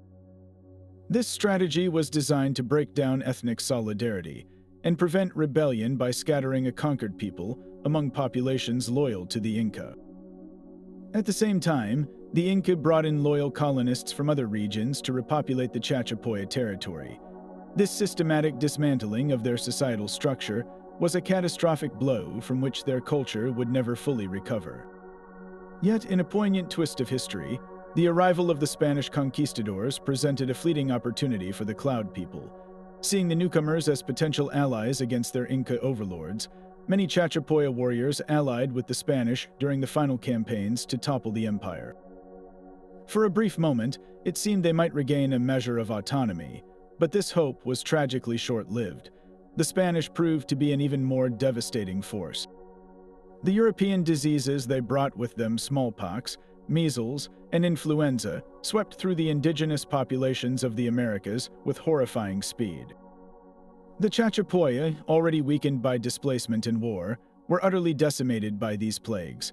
Furthermore, the Spanish colonial system, with its demands for labor and its relentless push for religious conversion, finished the process of cultural erasure that the Inca had begun. Their traditional practices were suppressed, their languages were lost, and their remaining population was absorbed into the vast, impersonal machinery of the Spanish viceroyalty. So, what ultimately happened to the Chachapoya? The archaeological investigation into their fate is a complex puzzle with several competing interpretations. One school of thought suggests they were completely assimilated, their unique identity dissolving into the general mestizo population of the region over the centuries. Their descendants are still there, but the distinct culture of the warriors of the clouds is gone. Another, more hopeful theory posits that some groups managed to retreat even deeper into the remote, unexplored valleys of the Amazonian slopes, establishing isolated communities that preserved their traditions away from colonial authority. This idea is fueled by persistent local legends and the sheer impossibility of thoroughly surveying every inch of that treacherous terrain. The origins of the Chachapoya are equally mysterious. Some skeletal analyses suggest they were biologically quite different from their neighbors, with taller stature and lighter skin, leading to speculation that they may have been descendants of an earlier migration into the Andes, perhaps even from Central America. Their language, now completely lost and unclassified, offers another tantalizing clue that they were a unique and ancient people whose story is only beginning to be understood. The silent, watchful Purimachis on their cliffs and the immense, empty walls of Kulap stand as solemn monuments to a people who mastered a dramatic landscape, fiercely resisted an empire, and then faded into the very mist that gave them their name, leaving behind one of the most compelling and melancholic mysteries of the ancient Americas. Towering over the stark, wind-swept plains near the shores of Lake Titicaca, at a dizzying altitude of nearly 13,000 feet, is a rock formation that looks less like a natural feature and more like a piece of divine architecture. This is the Puerta de Hayumarca, the Gate of the Gods, a perfectly rectangular, door-like niche carved with impossible precision into a single, massive block of solid pink granite. 7 meters tall and 7 meters wide, with a smaller, recessed, doorway at its base, the structure has the appearance of a giant's portal, meticulously crafted and then abandoned. The sheer scale and geometric perfection of the carving in such a hard, unforgiving stone immediately raises a singular, profound question. Who would go to such immense effort to create this in the middle of nowhere, and for what conceivable purpose? The site offers no city, no temple complex, no obvious settlement to give it context. It stands alone, a silent, monumental question mark etched against the immense Andean sky. The most compelling answers come not from archaeology, but from the living oral traditions of the local Aymara people, legends that have been passed down for generations and which infuse the site with a powerful, otherworldly mystique. According to these stories, the gate was not built by human hands at all, but is a divine creation, a permanent portal to the realms of the gods. The central legend tells of an Inca priest named Aramumuru, a guardian of a powerful sacred object known as the Golden Disk of the Sun. During the chaos and violence of the Spanish conquest, Aramumuru fled from the collapsing Inca Empire, carrying the disc to prevent it from falling into the hands of the conquistadors. After a long and perilous journey, he arrived at the Hayumarca Ridge. Knowing he was pursued, and following ancient prophecies, he approached the solid rock face. He did not carve the doorway. Instead, he is said to have raised the golden disc, a key that activated the dormant portal. The solid stone is said to have shimmered and transformed into a luminous, swirling tunnel of blue light. The priest stepped through the gateway, delivering the sacred disc to the gods for safekeeping, and the stone door sealed shut behind him, returning to its solid state, but leaving the carved impression as a permanent marker of the event. To this day, many local people regard the site with deep reverence, believing that the gate is not always closed, and that on certain occasions, spiritual individuals or shamans can still pass through it to communicate with other dimensions.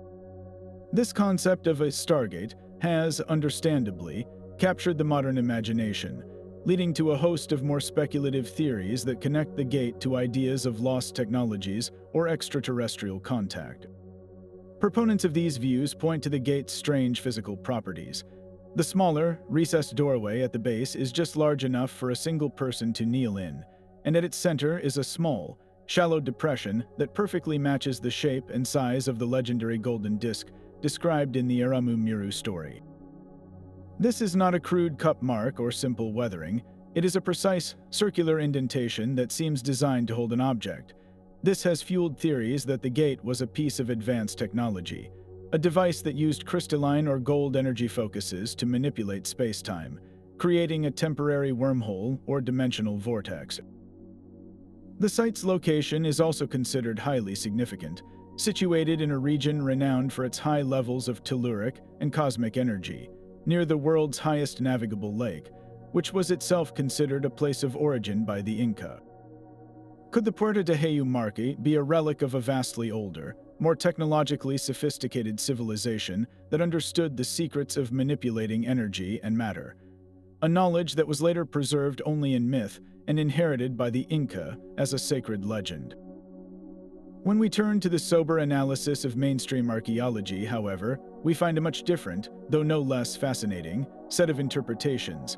Most archaeologists classify the site as a huaca, a sacred rock shrine, and many believe it was an unfinished project, likely intended to be a royal tomb or a small temple for an elite personage.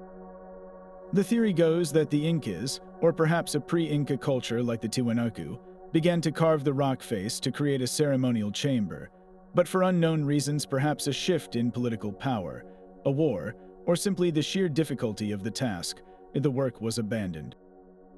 The smaller recess would therefore be the start of the burial niche, and the disc-shaped depression might have been intended to hold an offering or a ceremonial object. This explanation aligns with known Inca practices. They frequently carved rock outcroppings into intricate, symbolic forms, and their royal tombs were often located in dramatic, high-altitude settings. The isolation of the site could be explained by its intended function as a secluded, sacred mausoleum, far from the bustle of any urban center. Yet, even this conventional explanation is fraught with unresolved questions. If it is merely an unfinished tomb, why does it bear such an uncanny and perfect resemblance to a doorway, a shape that is not common in Inca funerary architecture? Other tombs are typically caves, towers, or niches, but not giant, freestanding portal frames. The precision of the right angles and the smoothness of the inner surfaces are extraordinary, suggesting a level of craftsmanship and intent that seems to go beyond a project that was simply halted. Furthermore, the site lacks the usual debris field one would expect from a stoneworking project of this scale. There are no piles of granite chips, no broken tools, no evidence of a work camp. It is as if the structure appeared fully formed. This absence of archaeological litter is one of the details that both mystifies scientists and fuels the alternative theories, creating a stark divide between the physical evidence and the logical processes we use to interpret it. The ultimate mystery of the Puerta de Hayumarque, therefore, is not just about its purpose, but about the very nature of the evidence itself. We are left with a stark choice between two fundamentally different ways of knowing. On one hand, we have the rich, internally consistent, and spiritually resonant narrative of the Aymara people, a story that gives the site profound meaning and connects it to a living tradition. On the other, we have the archaeological hypothesis, which is pragmatic and evidence-based, but which fails to fully account for the site's unique, portal-like form and its powerful, enduring mystique. The gate refuses to be easily categorized. It stands as a permanent challenge, a place where history and legend collide, where the line between a stonemason's abandoned project and a doorway to the stars becomes impossibly blurred. It is a monument that asks us to consider whether some ancient mysteries are not puzzles to be solved, but rather experiences to be felt, places where the human imagination and the silent stone meet, and where the only real answer is the enduring power of the question itself. But to truly appreciate the zenith of Inca water mastery, we must journey to a site that is less a fortress or a temple, and more a living, flowing monument to this elemental power. Nestled in the Sacred Valley, not far from Cusco, lies Tupan, a sprawling complex of agricultural terraces that doubles as one of the world's most sophisticated and enigmatic hydraulic laboratories. This is not merely a place where water was used. It is a site where water was worshipped, studied, and commanded with a level of precision that seems to defy the era of its creation. The entire complex is a symphony of hydrology, an intricate network of stone-lined canals, beautifully engineered fountains, and vertical drops that manage water pressure with the finesse of a modern civil engineer. The central, haunting question that hangs in the mist over its cascading terraces is not just how they built it, but how they understood the underlying physics of fluid dynamics so intimately that they could achieve perfect, consistent flow without any of the tools we consider essential today. At the heart of Tipan's mystery is its water source, a natural spring that emerges from the mountain high above the terraces. The Inca didn't just channel this water, they transformed it into a controlled, predictable resource.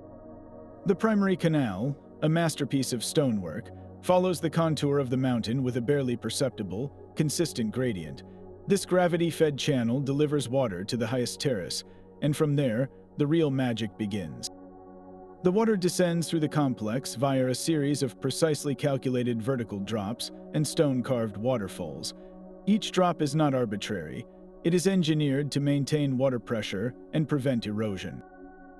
The channels are designed with a specific cross-sectional area and slope to achieve a constant velocity, ensuring that the water reaches every terrace with enough force to feed the fountains and irrigation outlets, but not so much that it scours the stone channels.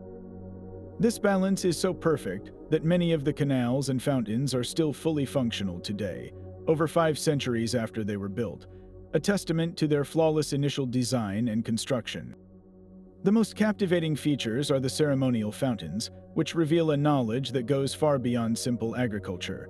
One of the most studied fountains at Tipan consists of 2 identical outlets, positioned side by side, that produce streams of water with exactly the same flow rate and arc. Achieving this symmetry required an incredible understanding of hydraulics. The Inca engineers had to calculate the head, or the height of the water column behind the outlet, and then design the inlet channel and the orifice of the fountain spout with exacting dimensions to ensure the pressure was identical for both. They were effectively manipulating Bernoulli's principle, the relationship between fluid speed and pressure centuries before it was formally defined in Europe. There are no records of them using measuring instruments for pressure or flow rate. This knowledge was seemingly intuitive, born from generations of observation and experimentation, a school of engineering that was passed down orally and through hands-on practice, leaving no blueprints for us to find. This leads to the profound mystery of their technical knowledge. How did they develop such an advanced, almost mathematical, understanding of hydrology without a written language to record formulas and principles? The answer likely lies in a long tradition of empirical science. The Inca were master observers of nature. They would have spent generations watching how water behaved in different scenarios, how it pooled, how it sped up through a narrow channel, how it fell from a height. They learned through trial and error, building small-scale models and refining their techniques over centuries. This accumulated, practical wisdom was then codified and taught to specialized engineers, who applied it to imperial projects like Tipan. The true enigma is the loss of this specialized, tacit knowledge. When the Spanish dismantled the Inca state and its supporting institutions, the guilds of master hydraulic engineers vanished. The principles that guided the construction of Tipan died with them, leaving us with a functioning system whose design logic we can only reverse engineer and marvel at. The purpose of Tipan, however, was likely as dual-layered as the site itself. On one level, it was a supremely practical agricultural research station. The varied microclimates across its many terraces, combined with the controlled irrigation, would have made it an ideal place for experimenting with different crops, much like Moray. But the presence of the exquisitely crafted fountains and the site's overall layout, which aligns with celestial and geographical sacred points, strongly suggests a deep ceremonial function. Water, for the Inca, was not just a physical resource, it was a manifestation of the divine. The flowing, dancing water in the fountains would have been seen as a living offering to Pachamama and the mountain spirits, or Apu, from which the spring originated. The precise, symmetrical flow was not just an engineering triumph, it was a symbol of cosmic order and balance, a way to physically demonstrate harmony between the human and divine worlds. Tipon, therefore, stands as the ultimate fusion of Inca genius, a place where science and spirituality converged in a cascade of perfectly controlled water. A silent, flowing testament to a civilization that learned to speak the language of the earth itself. In our modern world, we tend to think of death as a final departure, a closing chapter. But for the Inca, the line between life and death was not a solid wall, but a permeable veil, and this belief culminated in one of their most extraordinary and baffling customs, the ongoing, active existence of their deceased emperors. This was the tradition of the royal mummies, the Malquis of the Sapa Incas, and it presents a mystery that challenges our fundamental understanding of power, lineage, and the very nature of existence itself. Imagine a society where the king never truly died. After his physical passing, the Sapa Inca's body was meticulously preserved through sophisticated, and now lost, mummification techniques. But this was not done to simply honor his memory or inter him in a tomb. Instead, his mummified form was treated as if it were still vitally, consciously alive. The mummy was seated on a throne within its own luxurious palace in Cusco, surrounded by its descendants and a dedicated group of attendants who catered to its every need. These servants would bring the mummy exquisite meals, engage it in conversation, and carefully interpret its needs and wishes. The emperor, in death, retained all of his vast estates and properties, and his lineage, or panaka, continued to manage his wealth and speak on his behalf. This created a unique and complex political landscape where power was not just held by the living ruler, but was constantly negotiated with the accumulated authority of all his deceased predecessors. The role of these mummies extended far beyond the silent halls of their palaces. They were central, dynamic participants in the very public life of the empire. During the most important religious festivals, like the grand Inti Raymi celebration of the sun god, the royal mummies were brought out into the open air. They were carried on elaborate litters through the streets of Cusco, paraded before the adoring and reverent crowds. Dressed in their finest textiles and adorned with golden masks and jewelry, they were not macabre spectacles, but revered figures. The living Sapa Inca would even share a ceremonial drink of chicha beer with his departed ancestors, a powerful symbol of continuity and shared rule. This practice served a crucial political purpose. By keeping the previous emperors alive in the public consciousness, the Inca state reinforced the unbroken divine line of succession, legitimizing the current ruler's power by visually connecting him to a chain of semi-divine forebears. It was a way of saying that the empire was not governed by one man, but by an eternal, undying dynasty. The mummies were consulted for advice on matters of state, and their perceived opinions, voiced through their attendants, could carry immense weight in court politics.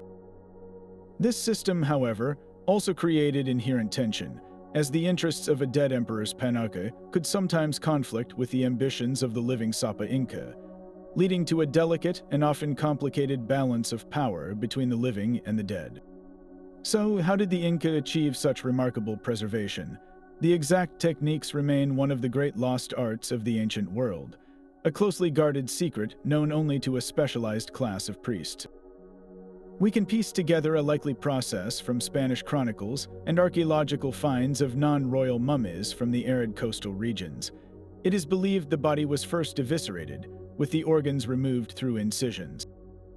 The internal cavity was then likely treated with naturally dehydrating substances, perhaps specific herbs, resins, or wood ashes, to halt decay and absorb all moisture.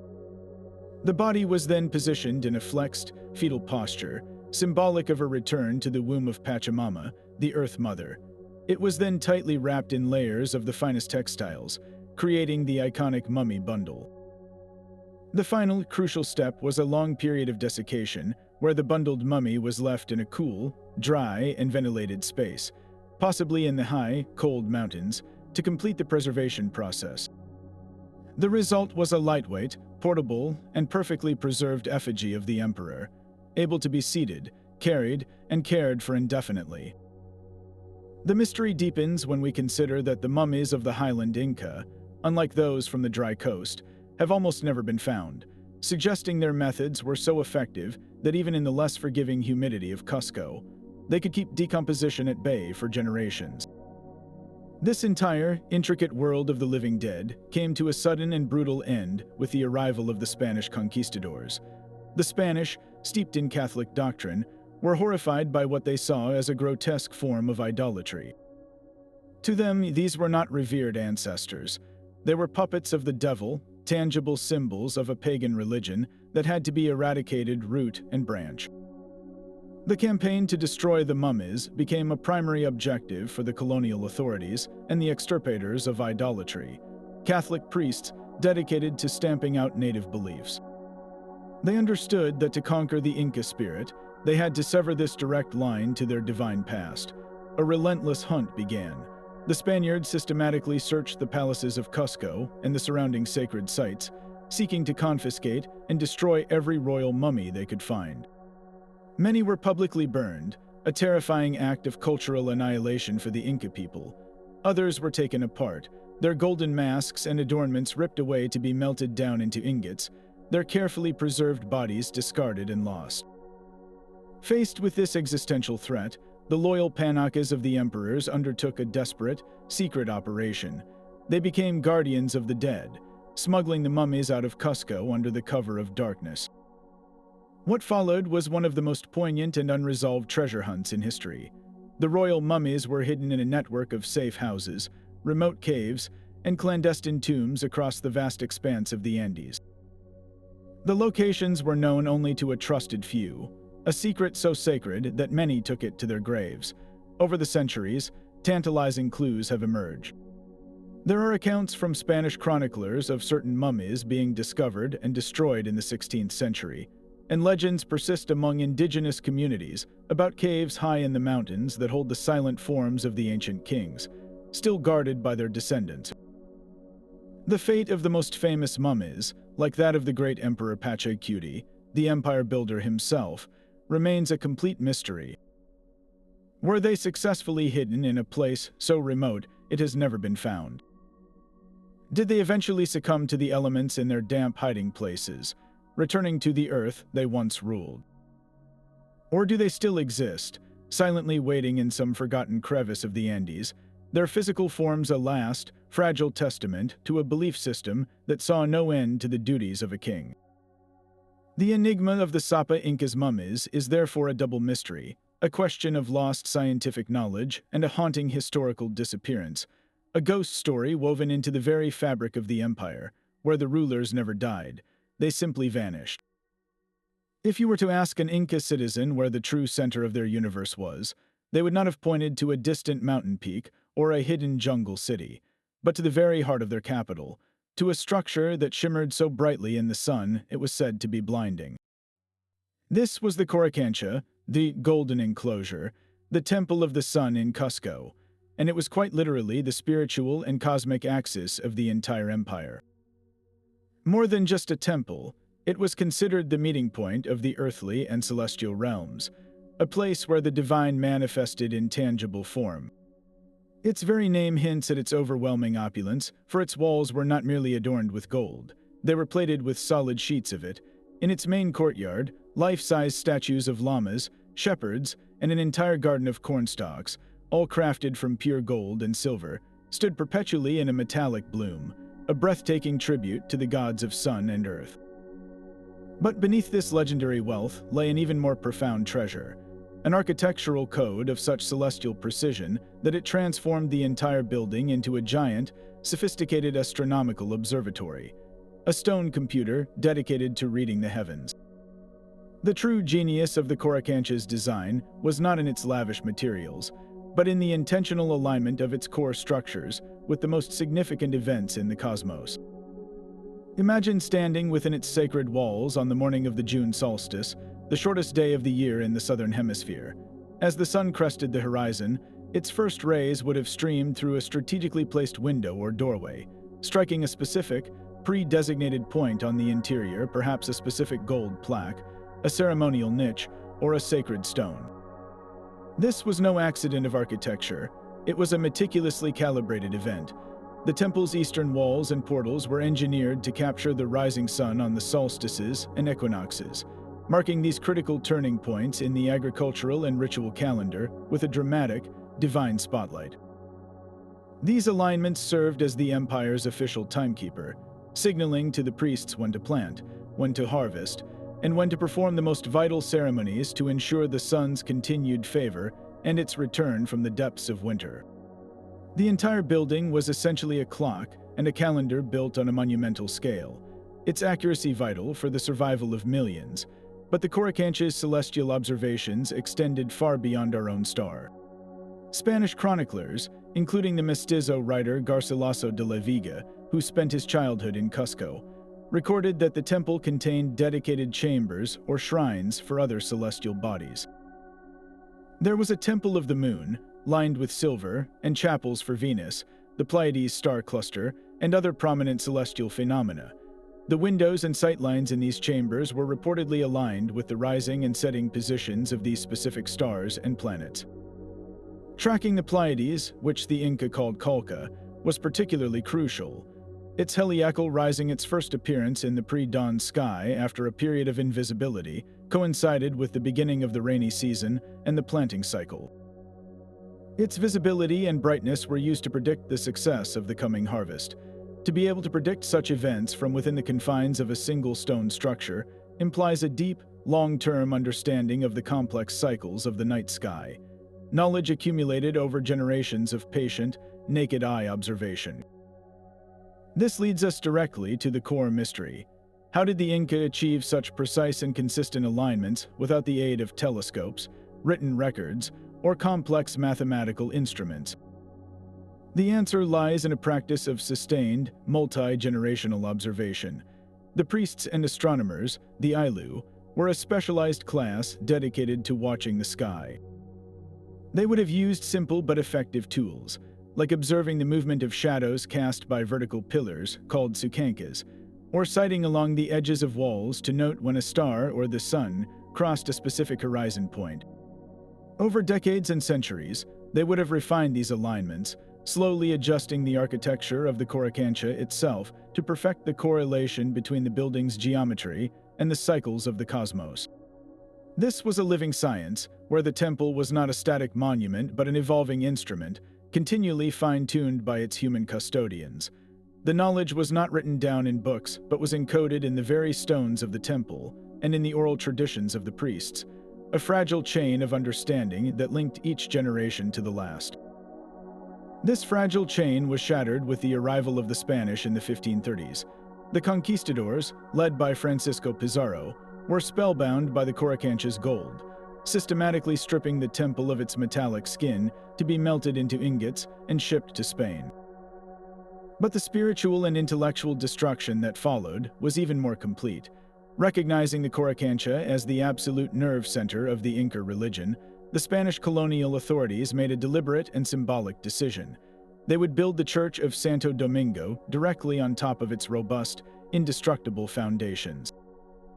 This was not merely an act of architectural replacement, it was a calculated campaign of ideological superimposition, a physical declaration that the Christian God had triumphed over the Inca sun god, Inti. In the process, the delicate astronomical alignments were irrevocably broken. Windows were filled in, walls were torn down or incorporated into the new structure, and the precise sightlines that had been so carefully maintained for generations were obliterated. The Spanish priests, in their fervor to extinguish pagan beliefs, systematically persecuted the Ailu, the astronomer priests, dispersing them and silencing their knowledge. The living science of the Coricancha was suppressed, its purpose forgotten, and its celestial secrets buried under the weight of a foreign faith. Today, the site stands as a haunting architectural palimpsest, a building with two souls. You can still see the breathtaking, curved masonry of the original Inca walls, their perfect, mortarless seams withstanding countless earthquakes that have toppled the Spanish colonial church built upon them. This physical resilience is a powerful metaphor for the enduring, though obscured, legacy of Inca knowledge. Modern archaeoastronomers, using laser theodolites and computer simulations, have attempted to reverse engineer the original alignments and their findings often corroborate the chroniclers' accounts, confirming solstice and equinox alignments for the remaining structures. Yet, so much is forever lost. We can only speculate about the full sophistication of the celestial observations that took place within those golden walls. Did they track the more subtle 18.6-year cycle of the lunar standstills? Could they predict planetary conjunctions or the appearance of comets? The Coricancha, in its original form, was the ultimate expression of the Inca world, a perfect fusion of spiritual devotion and empirical science, where the walls of a temple could speak the language of the stars. Now it stands silent, its most profound secrets hidden beneath the very structure intended to erase them, a permanent and poignant reminder of a cosmic conversation that was abruptly cut short. The story we often hear is a dramatic and simple one. A mighty empire, at the peak of its power, was suddenly and decisively toppled by a handful of Spanish conquistadors. It's a narrative of an unstoppable force meeting an immovable object, but history is rarely so neat. What if the Inca Empire was not an immovable object at all in the early 1500s? What if it was already teetering, its foundations cracked by internal conflict and invisible invaders, making the Spanish arrival less of a singular catastrophe and more of a final, decisive push against a structure already primed to collapse? This mystery forces us to look beyond the dramatic showdown at Cajamarca and into the years leading up to it, searching for the internal rot that may have doomed the empire from within. The most glaring and undeniable crack in the empire's facade was a brutal, all-consuming civil war. For decades, the empire had been governed by a system of split inheritance.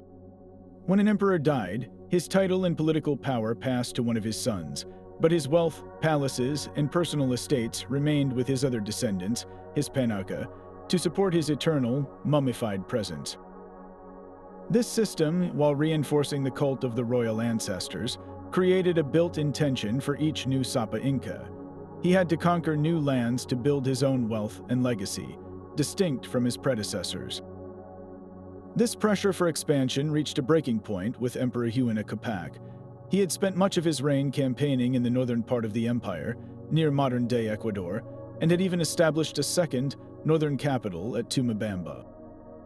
When a mysterious disease, likely smallpox, swept through the Andes around 1527 or 1528, it claimed Huayna Capac's life and that of his chosen heir, Ninan Kayachi, simultaneously. This created an immediate and violent power vacuum. The empire was suddenly divided between two of Huayna Capac's other sons. In the southern capital of Cusco was Huascar, the son of Huayna Capac's principal wife, who claimed the title of Sapa Inca based on the traditional line of succession.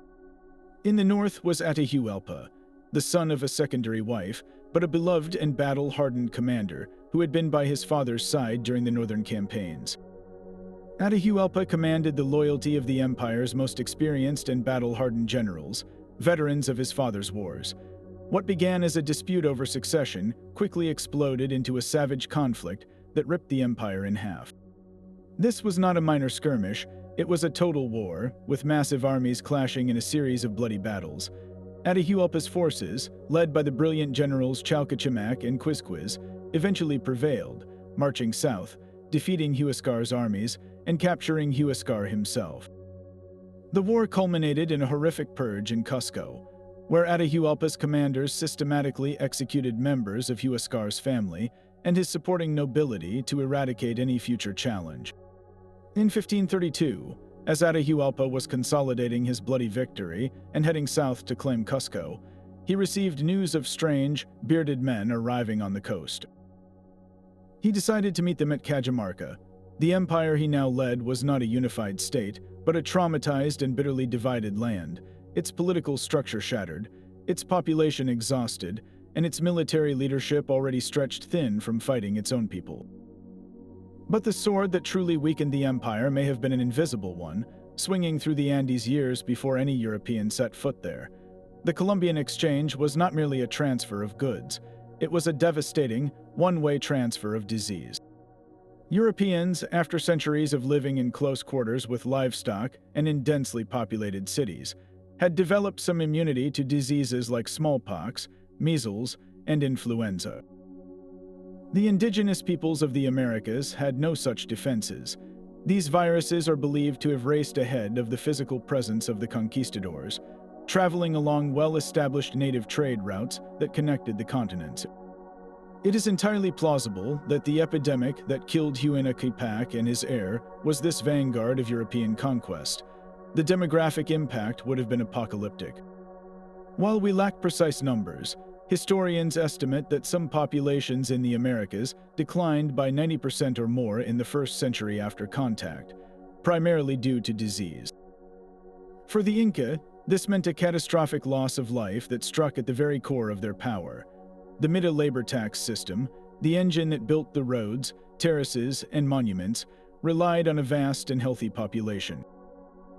A devastating plague would have decimated the labor force, leaving agricultural terraces untended, state projects abandoned, and the intricate logistical network that supplied the army and the state in disarray. Furthermore, in a society where the Sapa Inca was seen as a divine intermediary, his sudden, gruesome death from an unknown illness would have been a spiritual crisis of unimaginable proportions. If the son of the sun god could be struck down by a mysterious, disfiguring sickness, what did that say about the power of the gods themselves? The morale and ideological unity of the empire would have been severely undermined just when it needed them most. The Civil War, therefore, was not merely a political dispute. It was a battle for the corpse of an empire already reeling from a biological shock it could not comprehend. The Spanish, when they arrived, did not encounter a pristine, monolithic power. They walked into a realm freshly brutalized by a fratricidal war and likely hollowed out by pestilence, a giant that was already bleeding internally. This complex web of pre-existing vulnerabilities does not excuse the brutality of the Spanish conquest, but it fundamentally reframes it, transforming the story from a miraculous victory of a few hundred men into a tragic historical convergence, where a sophisticated civilization was brought down by a perfect storm of its own internal divisions and the unintended consequences of a connected world. Yet, the ingenuity of the Inca and the cultures they absorbed was not confined to the high Andes or the cloud forests. If we journey to the opposite extreme, to the stark and otherworldly landscape of the Atacama Desert in northern Chile, we find a different kind of canvas for human expression. Here, on the barren hillsides and sun-baked plains of one of the driest places on Earth, ancient peoples created a sprawling gallery of geoglyphs' massive figures, etched into the desert floor by removing the dark surface pebbles to reveal the lighter soil beneath. These are not the concentrated, intricate lines of Nazca, but a vast collection of stylized forms spread across hundreds of miles of trade routes. We see colossal human figures, some wearing elaborate headdresses, herds of elegant llamas stretching for dozens of meters, and abstract geometric designs, all created by cultures that both predated and were contemporary with the Inca Empire. The existence of these desert giants raises a compelling parallel mystery. What was their original purpose, and did the Inca, with their all-encompassing sacred geography, later adopt and reinterpret these ancient messages written upon the earth? The most immediate and practical theory for the Atacama geoglyphs points to their role as sophisticated signposts along the extensive caravan routes that crisscross the desert. For thousands of years, long before the Inca built their royal road, the Quhapac Nian, traders used these paths to move goods between the highlands, the coastal villages, and the oasis settlements deep in the Atacama. A journey through this hyper-arid landscape was a perilous undertaking, with water sources few and far between. In this context, the geoglyphs could have functioned as a kind of prehistoric billboard, communicating vital information to traveling merchants and llama caravans. A large glyph of a llama might have indicated a resting spot or a place with good pasture, acting as a beacon of assurance. A human figure holding a specific object could have signified the direction to a particular settlement or a source of water. Some of the more complex panels, which show scenes of llama caravans and their drivers, might have served as territorial markers for different ethnic groups, signaling control over a specific stretch of the route or a nearby mining area for precious materials like turquoise or copper. The very act of creating these massive figures, which required the coordinated effort of many people, could have been a way for local communities to assert their presence and their ownership over these critical economic lifelines. making a statement that was visible for miles in the clear desert air. However, the sheer scale and artistry of many geoglyphs suggest their purpose extended far beyond simple navigation. Like their Inca successors, the creators of these desert artworks possessed a deep, celestial knowledge. Many of the geoglyphs are positioned on hillsides with a clear, unobstructed view of the horizon, and researchers have noted alignments with significant astronomical events. A long, straight line might point directly to the rising sun on the June solstice, while a particular grouping of figures could align with the first appearance of the Pleiades star cluster in the dawn sky, an event that, as with the Inca, signaled the coming of the rains and the start of a new agricultural cycle in the few fertile oases. This astronomical function transforms the geoglyphs from mere road signs into cosmic calendars and ritual spaces. They may have been the focal points for seasonal ceremonies, where communities gathered to observe the solstices and equinoxes, conducting rituals to ensure the continued movement of the caravans that were their economic lifeblood, and to pay homage to the deities governing the sun, the moon, and the stars that guided their journeys.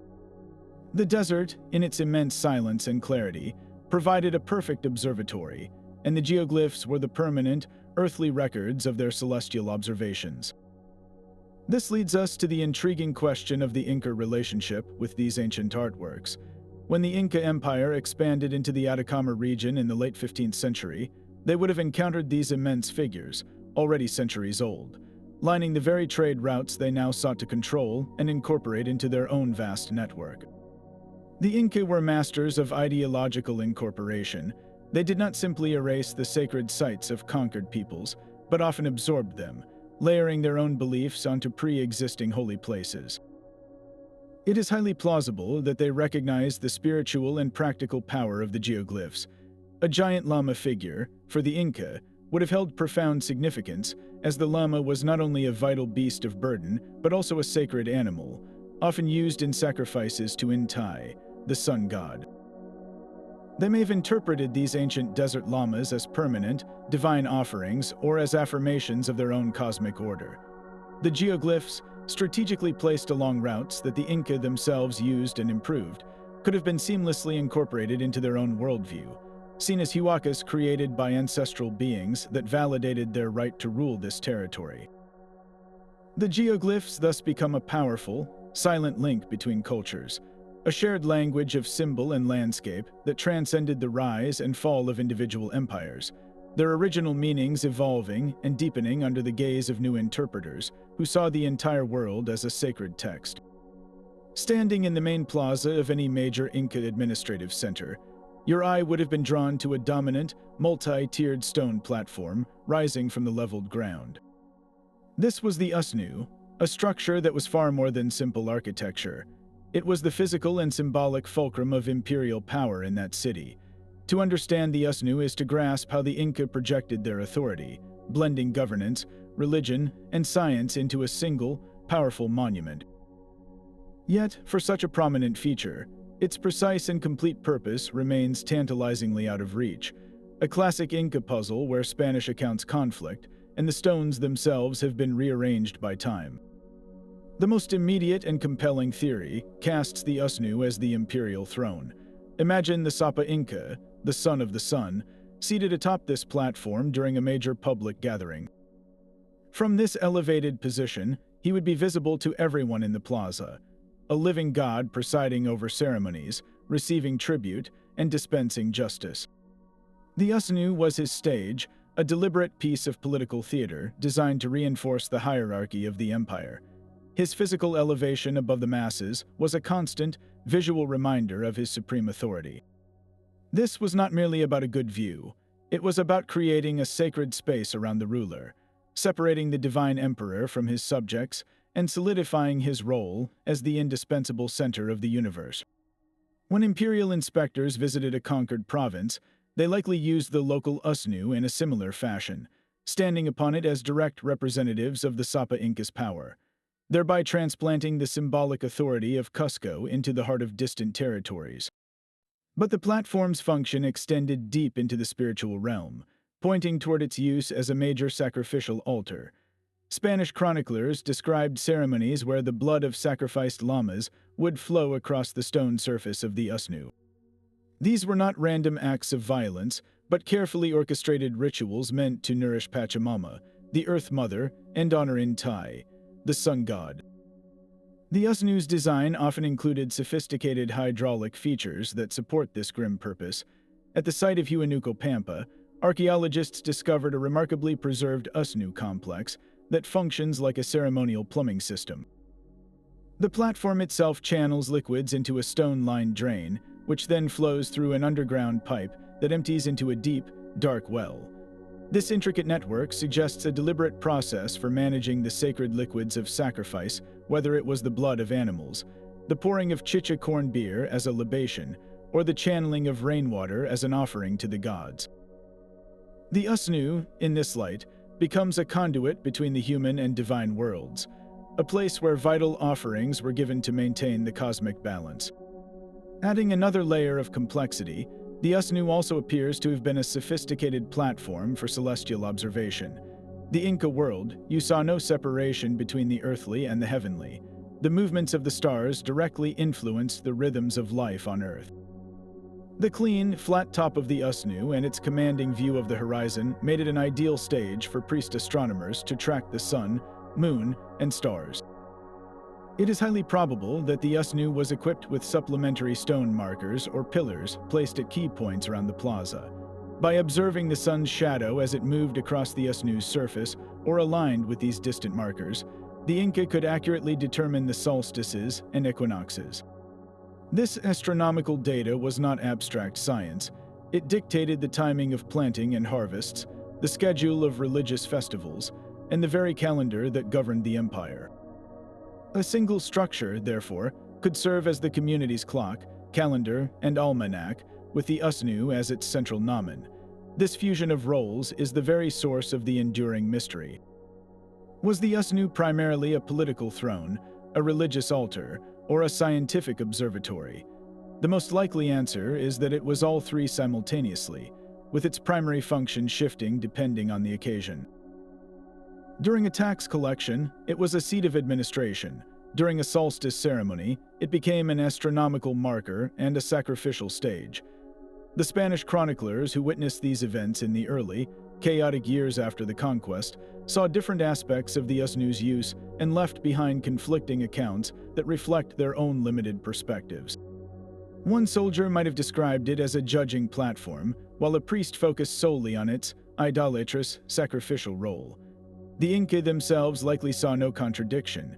To them, the Sapa Inca's political power was derived from his divine connection, which was in turn affirmed by his ability to correctly interpret and influence the celestial order.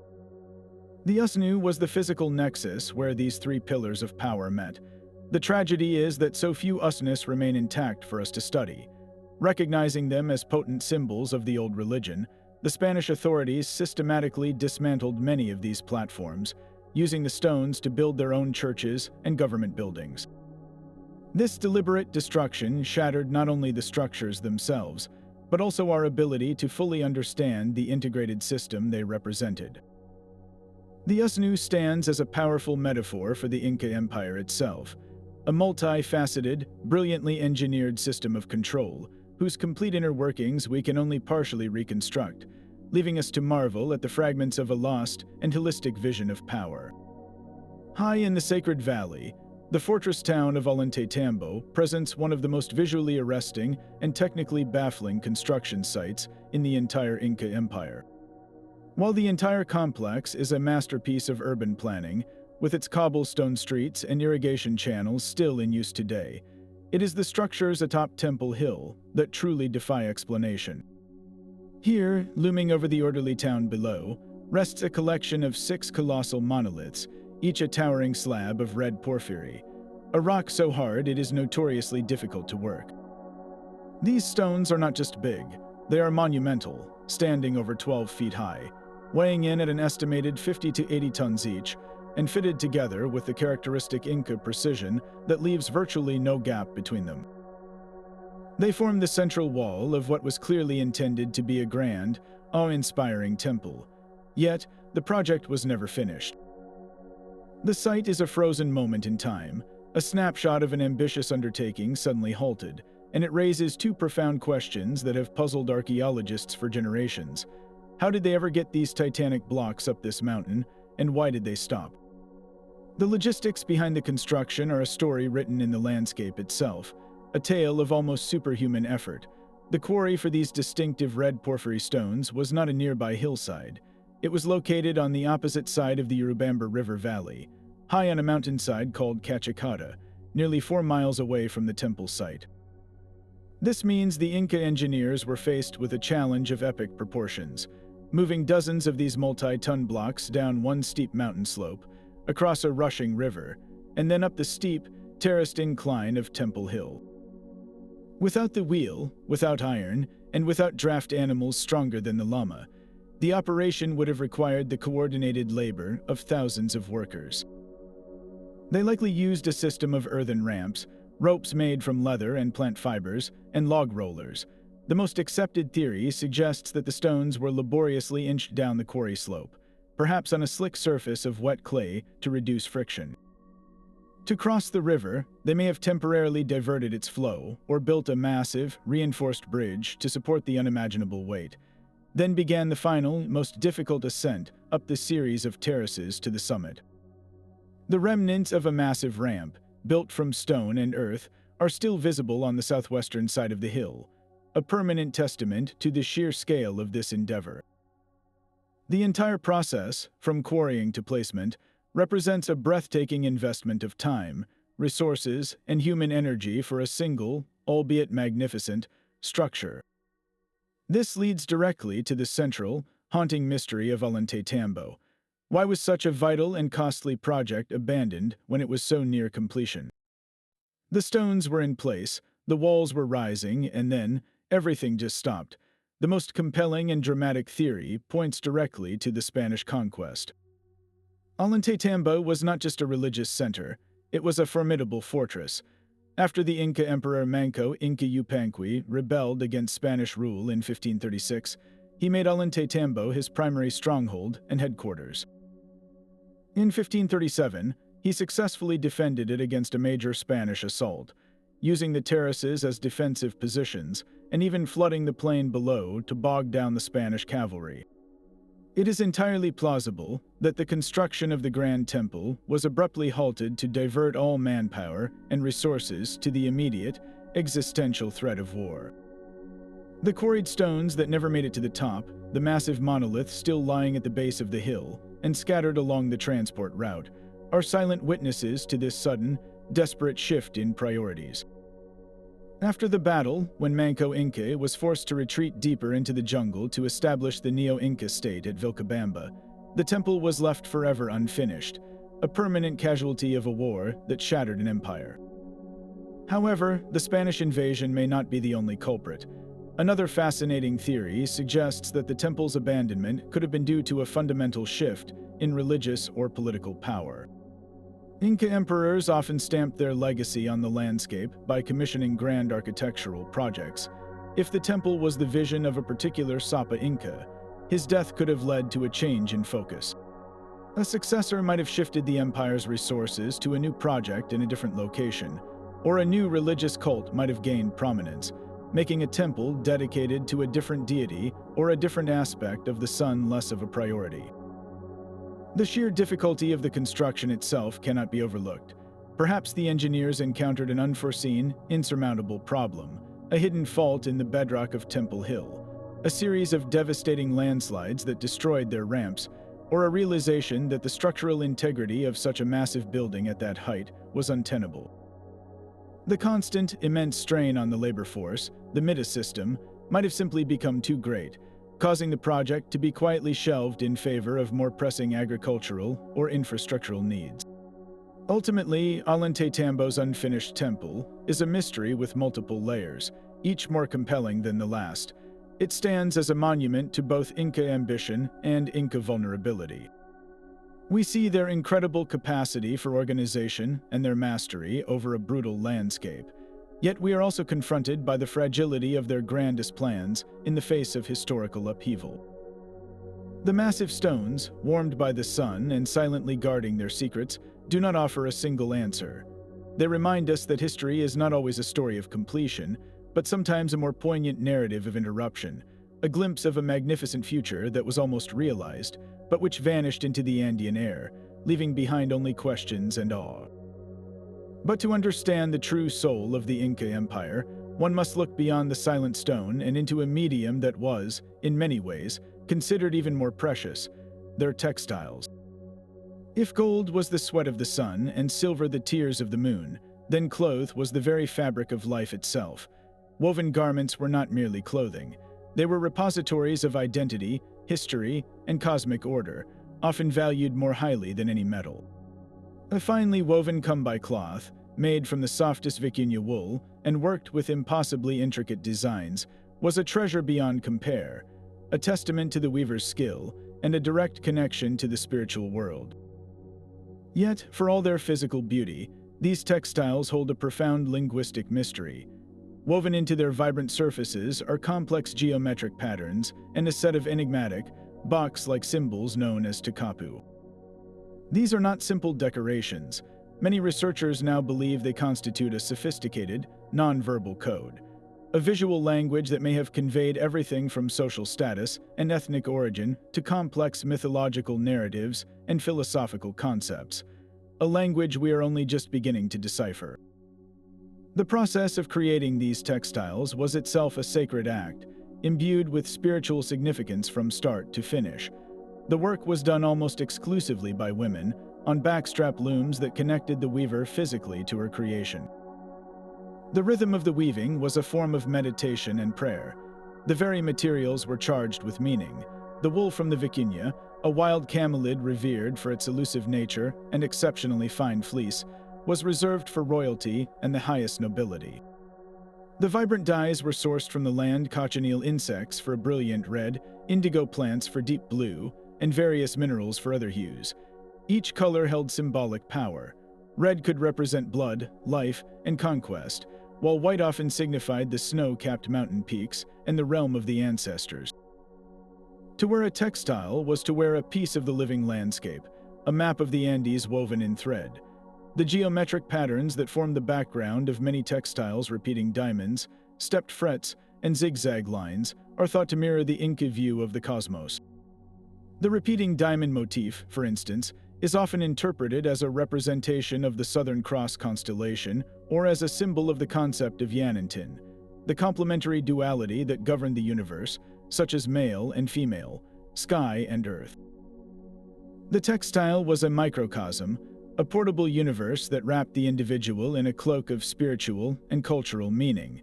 But the greatest cipher woven into this fabric is the takapu.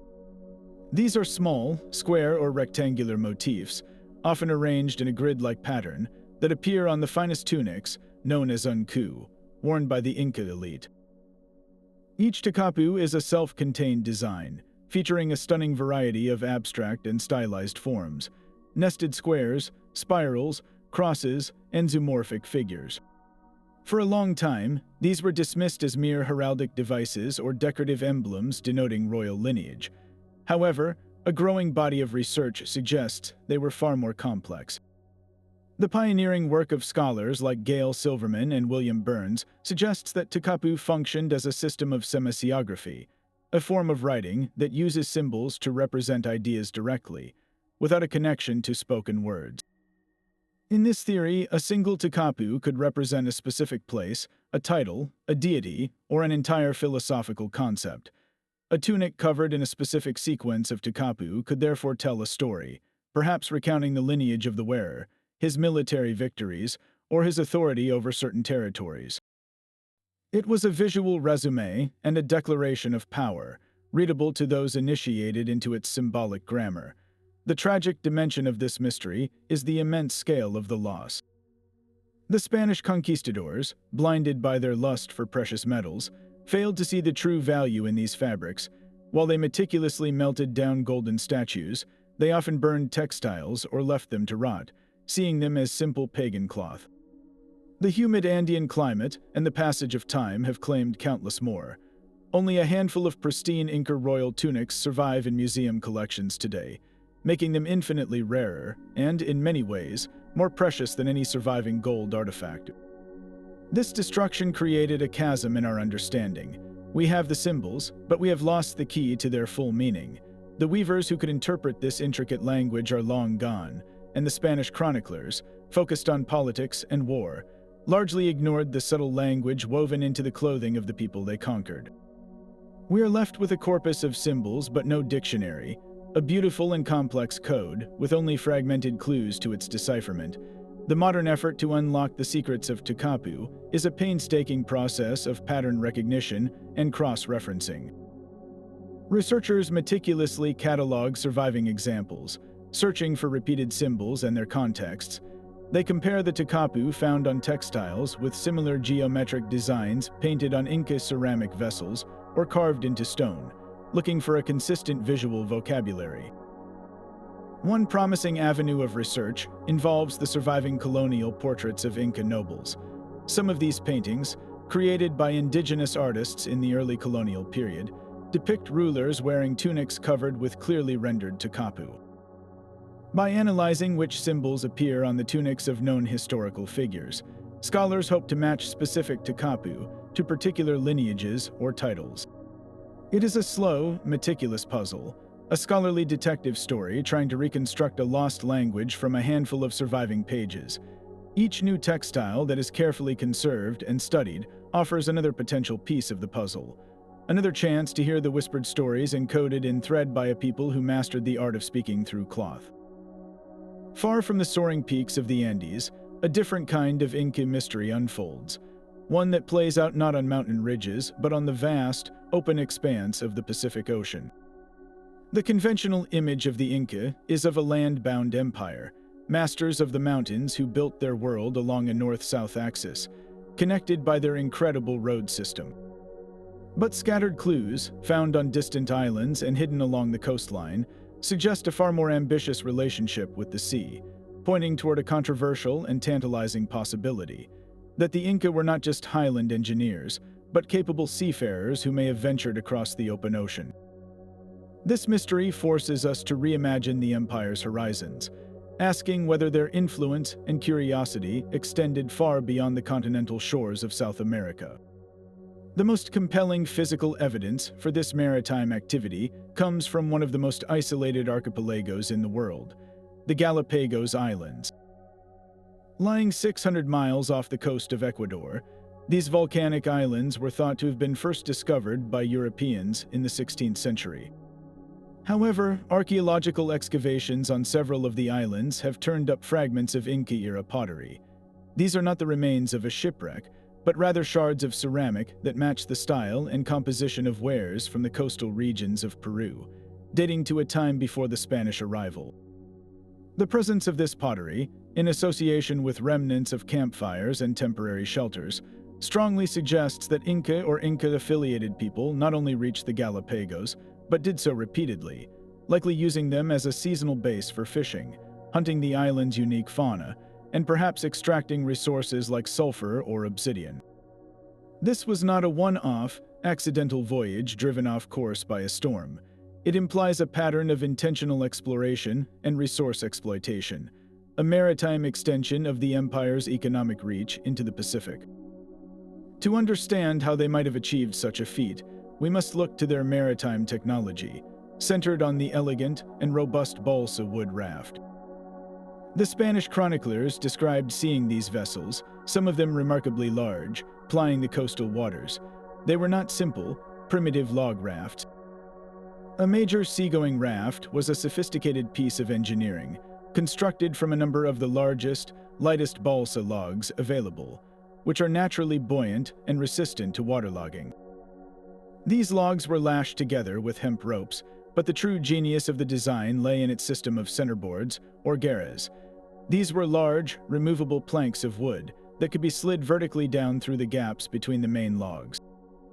By adjusting the depth of these centerboards at different points along the raft, sailors could effectively create a keel, allowing them to not just drift with the currents, but to actually sail against the wind.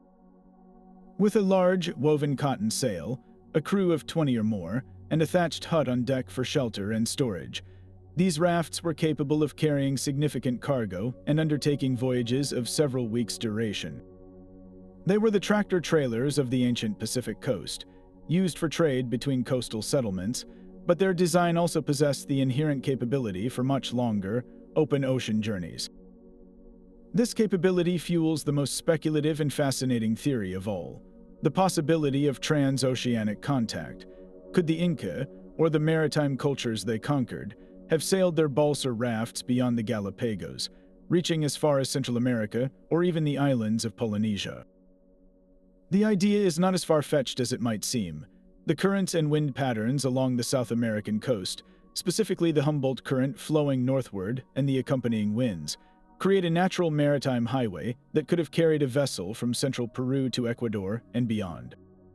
From there, catching the South Equatorial Current could theoretically sweep a raft westward across the Pacific, while a voyage to Polynesia would have been an epic, perilous undertaking of many months. The basic environmental conditions for such a drift voyage exist. Proponents of this theory point to intriguing, though highly contested, cultural parallels. They note the similarity between the fitted, polygonal stonework found in parts of Peru and that seen in certain Polynesian sites, or the presence of the sweet potato, a plant native to the Americas, in Polynesia long before European contact. The Quechua word for sweet potato, cumara, is strikingly similar to its name in many Polynesian languages, Cuamala. This has led some to suggest that it was not Europeans, but pre-Columbian South Americans, who first brought this vital crop across the ocean. However, this radical theory is met with intense skepticism from the mainstream archaeological community. Critics argue that while the balsa raft was a capable coastal vessel, there is no direct evidence that any such craft ever survived the thousands of miles of open ocean to reach Polynesia. The sweet potato, they contend, could have been spread by natural means, such as seeds floating across the ocean, or it could have been transported by Polynesian voyagers who reached South America and then returned home. The great Polynesian double-hulled canoes were, in fact, arguably more sophisticated and reliable for long-distance ocean voyaging than the balsa raft. The prevailing academic view remains that the Inca were primarily a land power that controlled and utilized a pre-existing coastal maritime tradition, but that their seafaring was largely confined to the littoral zone and relatively short-distance island, hopping to places like the Galapagos. The truly long-distance voyages, if they happened at all, were likely rare, accidental events of survival rather than planned missions of discovery or colonization. Yet, the mystery endures because it challenges a simplistic categorization. The discovery of Inca pottery on the Galapagos is an undeniable fact that pushes the boundary of their known world. The sophisticated design of their sailing rafts demonstrates a clear capacity for navigation and sea-going travel that goes far beyond simple fishing. Whether they reached Polynesia or not may remain an open question, but the evidence firmly establishes that the Inca were anything but ignorant of the sea. They were a complex, adaptive empire that mastered every environment they encountered, from the highest mountains to the harshest deserts, and it seems increasingly likely that the vast Pacific Ocean was not a barrier, but yet another frontier for their ambition and their ingenuity. The silent pottery shards on those distant volcanic islands are not just artifacts. They are a challenge to our imagination, asking us to picture not only the Inca of the mountains, but also the Inca of the waves, their balsa sails catching the wind as they ventured into the great blue unknown.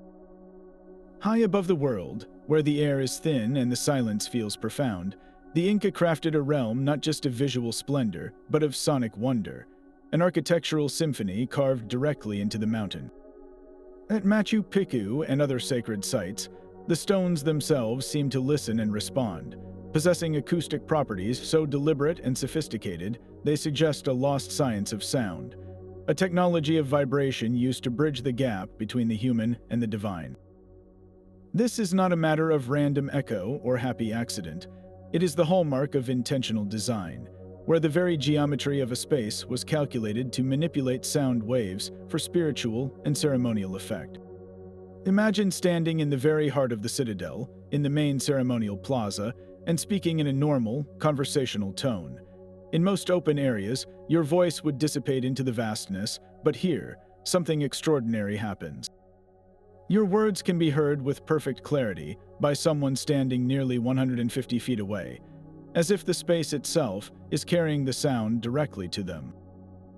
This phenomenon transforms a public square into an intimate chamber, suggesting that when a priest or the Sapa Inca addressed the people, his voice was naturally amplified, his pronouncements given a supernatural resonance that made it seem as if the mountain itself was speaking through him. The manipulation of sound becomes even more targeted and mystical when we examine specific structures. The Temple of the Condor provides a breathtaking example of this sonic artistry. Here, the Inca incorporated a massive natural rock formation into their design, carving it to resemble the outspread wings of the great Andean condor, a sacred messenger to the upper world. In front of this stone condor is a smaller, flat altar stone. When two people stand at opposite ends of this altar and speak in hushed tones, barely above a whisper, their voices are channeled and amplified, allowing them to hear each other with perfect clarity, as if they were standing side by side, despite the physical distance between them. This acoustic trick would have been perfect for private rituals or oracle consultations, where secret knowledge or divine messages could be passed between a priest and an initiate without anyone else in the temple being aware. The sound seems to travel along the surface of the altar itself, focused and contained by the surrounding stone wings. It creates a bubble of auditory privacy in the middle of an open space, a sacred hotline for communicating with the spirit of the condor and, by extension, the celestial realm it represented. Perhaps the most compelling acoustic mystery lies deep within the mountain, in the caves and grottos that the Inca held sacred, at sites like the cave beneath the Temple of the Moon at Machu Picchu, or in certain chambers at the site of Chavín de Huántar, which heavily influenced the Inca. The acoustic effects are not just about amplification, but about transformation. In these dark, enclosed spaces, specific resonant frequencies can produce bizarre and powerful sensory phenomena.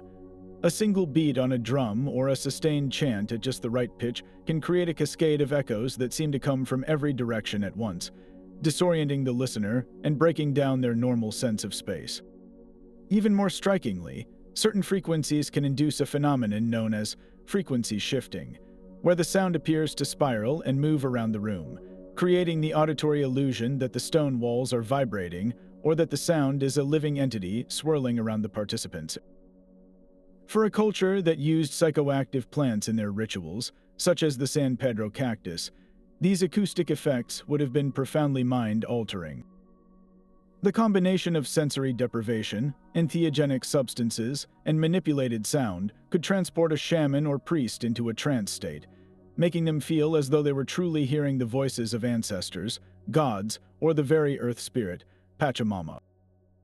So how did the Inca, without oscilloscopes or modern physics, achieve such precise control over sound? The answer lies in a deep, empirical mastery of material and form. They were consummate stonemasons, and they understood that different types of stone and different wall angles would reflect sound in unique ways. By carefully shaping the interior surfaces of a chamber, creating concave curves, angled planes, and specific corner geometries, they could act as primitive but highly effective acoustic engineers. They were essentially building resonant cavities and sonic waveguides. A sound wave hitting a flat surface scatters, but a wave hitting a carefully curved surface can be focused, like light through a lens. The dense granite stone they used is an excellent reflector of sound, preventing it from being absorbed and allowing it to bounce and travel great distances with minimal loss of energy. They likely discovered these principles through generations of trial and error, observing how sound behaved in natural caves, and then replicating and refining those conditions in their own architecture. The placement of niches, the angle of a staircase, the curve of a wall, every element could have been subtly adjusted to fine-tune the acoustic properties of a sacred space, turning it into a giant, stone musical instrument. The purpose of this sonic architecture was multifaceted, touching every aspect of Inca's spiritual life. On one level, it was a tool of social and political control, reinforcing the power of the elite. When a ruler's voice could effortlessly carry across a plaza or seem to emerge from the very stones of a temple, it bolstered his divine status. making his authority feel as immutable and powerful as the mountain itself. On a deeper, more esoteric level, sound was believed to be a fundamental creative force. Just as their creator god Viracocha was said to have spoken the world into existence, the Inca may have used sound in their rituals to symbolically participate in the ongoing creation and harmonization of the cosmos. The rhythmic beating of a drum could represent the heartbeat of the earth, while the resonant frequencies in a cave could be used to charge the space with spiritual energy, making it a more potent portal for communication with the other world. These acoustic effects added a crucial, immersive layer to their ceremonies, engaging not just sight but hearing, and through hearing, the very core of human consciousness. The silent, majestic ruins we see today were once vibrant with the sounds of chanting, drumming, and the spoken word, all carefully orchestrated by the stones themselves, a hidden dimension of Inca genius that we can only partially experience, but which reveals a civilization that sought to harmonize not just with the visual landscape, but with the very fabric of sound that fills it. And so we arrive at the creator himself, a figure who stands at the very dawn of Inca cosmology, yet whose description feels strangely out of place in the pre-Columbian Andes. This is Viracocha, the supreme god, the master sculptor of the world, whose legend is so peculiar it has fueled debates about ancient global travelers for centuries. The classic Inca creation myth tells of a time of great darkness, when humanity lived in a primitive, chaotic state. From the depths of the primordial waters of Lake Titicaca, Viracocha emerged, a being of immense power and wisdom. He brought forth the sun, the moon, and the stars, giving light and order to the cosmos. He then fashioned a race of stone giants, but when they displeased him, he unleashed a great flood to wipe them clean, their massive bones said to be the enormous fossilized remains found throughout the region. From the very substance of the earth, he created a new humanity, imbuing them with the spark of civilization. But it is the description of his physical form that sparks the deepest mystery. Viracocha was not depicted as a typical indigenous Andean. The chronicles describe him as a tall, stately figure with white skin, a beard, and flowing garments, an appearance that would have been utterly alien in a population where beards were rare and stature was generally shorter. This was not a distant, abstract deity. He was a wandering teacher, a civilizing hero who traveled across the land. This itinerant god, after his work of creation, did not ascend to a heavenly throne to rule from on high. Instead, he embarked on a great journey, walking the length and breadth of the Andes. He was depicted as a humble figure, often dressed in a simple, long tunic and carrying a staff. As he traveled, he performed miracles, healed the sick, and most importantly, taught. He instructed the scattered, fledgling communities in the fundamental arts of civilization, agriculture, weaving, law, and moral living. He was known by many names as he moved from region to region Contisai Viracocha, Tunupa, Pachacamac, but his message was consistent. He brought knowledge, order, and a foundation upon which societies could be built. He was a pacifist, a bringer of wisdom, not a god of war or conquest. His journey had a clear and final destination. After teaching the people, he reached the western coast of the empire. There, without fanfare or a grand farewell, he walked across the surface of the Pacific Ocean as if it were solid ground, vanishing into the horizon with a promise that he would one day return. This final act transforms him from a local creator into a figure of global mystery, a god who literally walked off the map of the known world. This powerful legend, recorded by Spanish chroniclers like Pedro Sarmiento de Gamboa, collided with history in the most catastrophic way imaginable in the early 16th century. When Francisco Pizarro and his band of conquistadors landed on the coast of Peru, their appearance was, from an Inca perspective, unnervingly familiar. Here were men arriving from the sea, with pale skin, full beards, and clothing that fell to their feet. They rode strange, powerful animals and carried sticks that spat thunder and lightning. For a culture that had for generations told the story of Viracocha's departure and his promise to return, the arrival of the Spanish was not just an invasion, it was the fulfillment of prophecy. This belief created a fatal hesitation at the highest levels of the Inca state. The Emperor Atahualpa, upon first hearing reports of these strange beings, was reportedly paralyzed by the possibility that these were Viracachas, the returning gods. This initial interpretation of the Spanish as divine, or at least semi-divine, was a psychological weapon of mass destruction. It sowed doubt and confusion, preventing an immediate, overwhelming military response that could have easily crushed Pizarro's tiny force.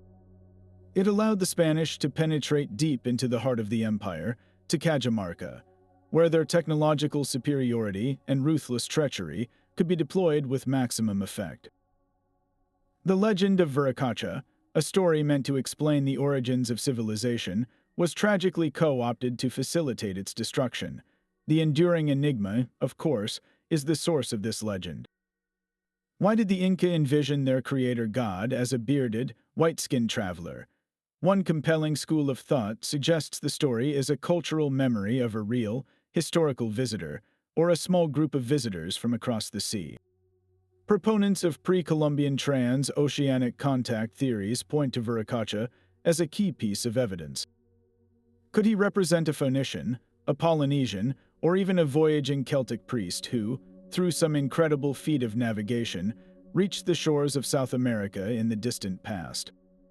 This individual, possessing knowledge of agriculture, astronomy, or metallurgy unknown to the local population, could have been deified over generations, his teachings and his unusual physical appearance woven into the fabric of creation mythology. His journey across the Pacific would then be a mythological interpretation of his actual departure by boat, a technology the locals may not have understood.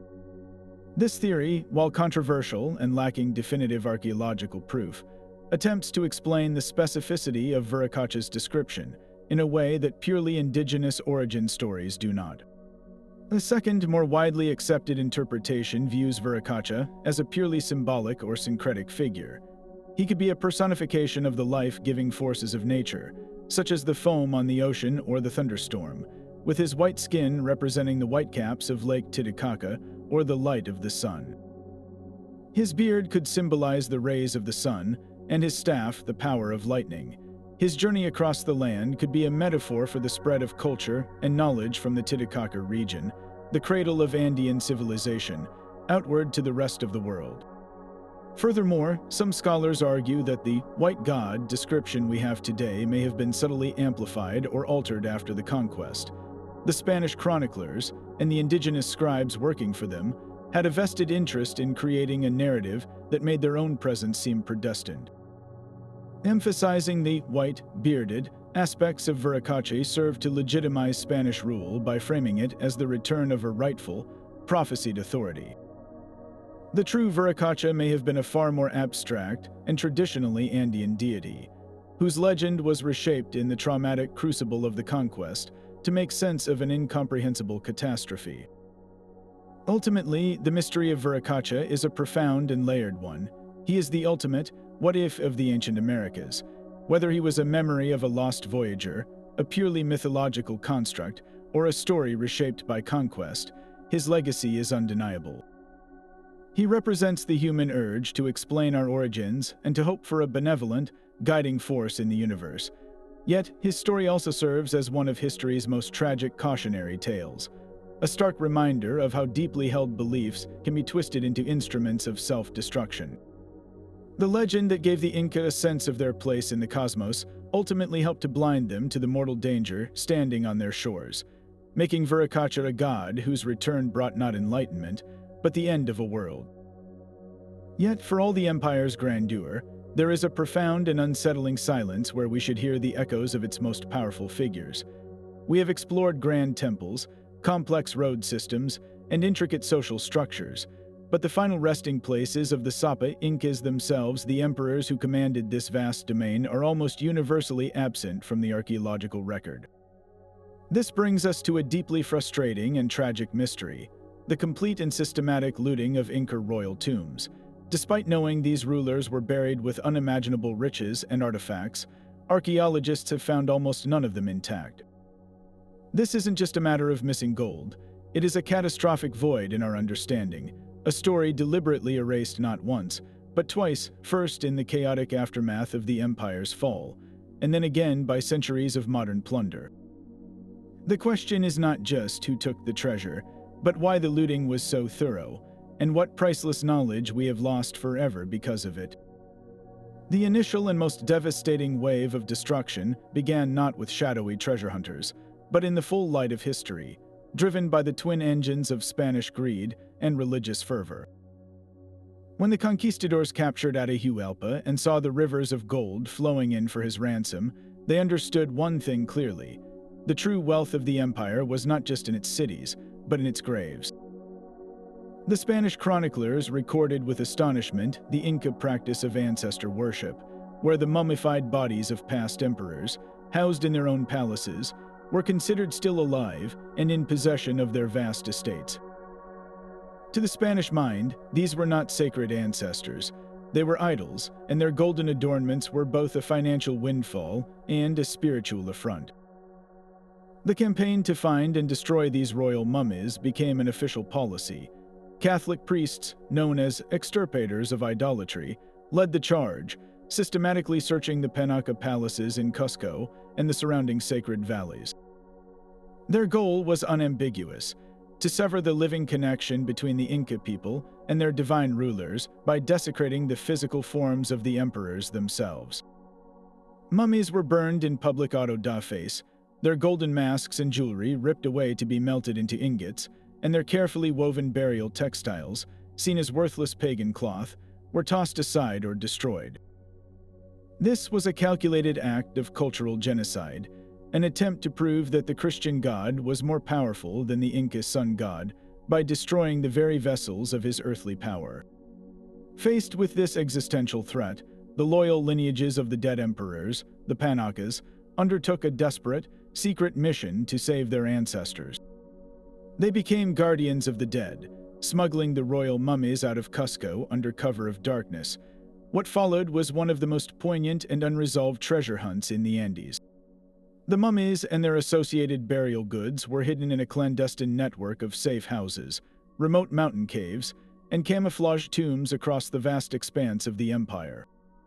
The locations were known only to a trusted few, a secret so sacred that many took it to their graves. This act of preservation, however, also sealed the fate of this knowledge. As the generations passed and the social structures of the empire collapsed under colonial rule, the precise locations of these hidden royal tombs were lost. The mummies of legendary emperors like Pachacuti, the empire builder, simply vanished from history, their stories and their physical forms dissolving into the landscape they once ruled. This first wave of looting, therefore, was a double-edged sword. The Spanish destroyed what they could find, and the Inca successfully hid the rest so well that even memory of its location eventually faded. Centuries later, a second relentless wave of looting began, one that continues to this day. These are the Huiqueros, the modern grave robbers who operate in the shadows of the Andes. Driven by an insatiable international black market for pre-Columbian artifacts, Huiqueros use a combination of ancient rumor, crude metal detectors, and sheer brazenness to hunt for the tombs that archaeologists have never found. Their methods are brutally efficient and incredibly destructive. Unlike an archaeological excavation, which meticulously documents the context of every find, the position of a body, the arrangement of offerings, the layers of soil, a Huiqueros dig is a smash-and-grab operation. They tunnel directly into burial chambers, shattering pottery, scattering human remains, and tearing apart textiles in their frantic search for saleable gold and silver. The damage they do is irreparable. A looted tomb is not just an empty hole, it is a shredded historical document. The loss of context is a loss of meaning. A golden Toumi ceremonial knife is valuable on its own, but its true historical significance is only understood if we know if it was held in the hand of a warrior, placed at the feet of a priest, or offered to a specific deity. The Huiqueros erase all of that, leaving behind only anonymous artifacts for the illicit antiquities trade and a trail of historical devastation. So, what does this massive gap in the record actually mean for our understanding of the Inca? The loss is not merely one of objects, but of entire chapters of their belief system. We have only vague chronicler accounts of royal burial practices. We know that emperors were buried with a dizzying array of goods for the afterlife, including full sets of fine pottery, miniature gold, and silver figurines representing their servants and lamas, and their most prized personal possessions. But without an intact tomb, we cannot know the specific rituals that accompanied them into the earth. How were these items arranged? Were there specific foods placed as offerings? What was the sequence of the burial ceremony? The material culture that accompanied the elite into death was a direct reflection of their beliefs about the afterlife, a blueprint for the world to come. By losing these tombs, we have lost our only window into the Incas' most profound philosophical and spiritual concepts concerning death, the soul, and the journey that followed. Every looted tomb is a lost library of spiritual thought. Perhaps the most haunting loss is that of the royal mummies themselves. These were not simply corpses, they were considered living ancestors, active participants in the social and political life of the empire. The sophisticated mummification techniques used by the Inca, which allowed them to keep these bodies preserved and portable for generations, represent a pinnacle of Andean scientific knowledge. Without a single intact royal mummy to study, we are left to guess at their methods. What specific plants or resins did they use to desiccate the body? How did they prevent decomposition in the variable climate of the highlands? The biological data locked in the bones and tissues of a Sapa Inca could have told us about his diet, his health, his genetic lineage, and even the cause of his death. This is not just lost history, it is lost science. The systematic looting of royal tombs, both ancient and modern, has left us with a ghost empire. We can study the stones of their fortresses and the paths of their roads, but the flesh and blood of their rulers, and the intimate spiritual world they inhabited, have been stolen from us, leaving behind a silence that is as vast and imposing as the Andes themselves. Just a short journey from the bustling streets of Cusco, hidden within a fold of the hills, lies a site that feels less like a ruin and more like a fossilized ritual. This is Kenko, a complex carved not from quarried stone, but directly into the living bedrock of the mountain itself. Here, a massive, sprawling limestone formation has been transformed into a labyrinth of symbolic art, a place where the line between natural rock and human intention is blurred into obscurity. Unlike the clean, geometric walls of a fortress or the orderly terraces of an agricultural center, Kenko is organic, chaotic, and deeply enigmatic.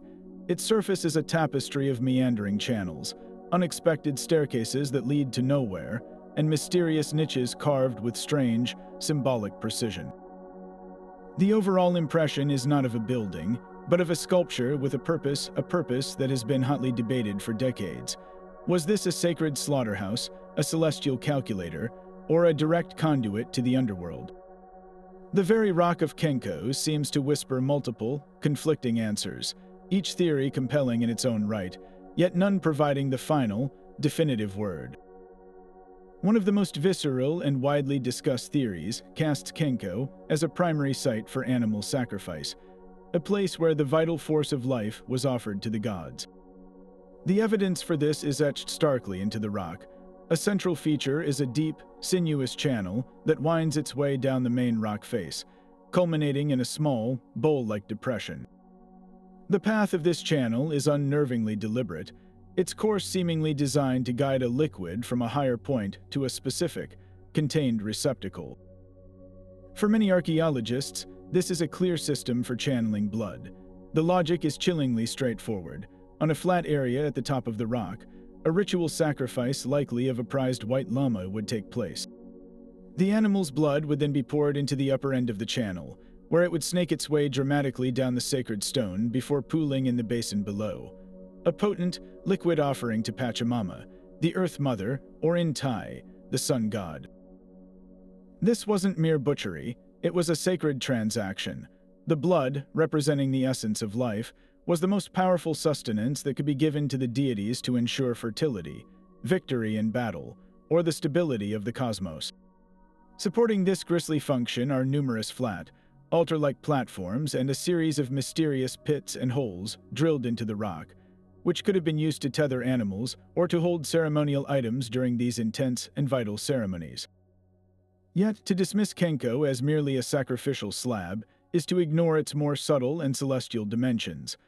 A compelling counter-theory positions the site as a sophisticated astronomical observatory, a stone calendar aligned with the heavens.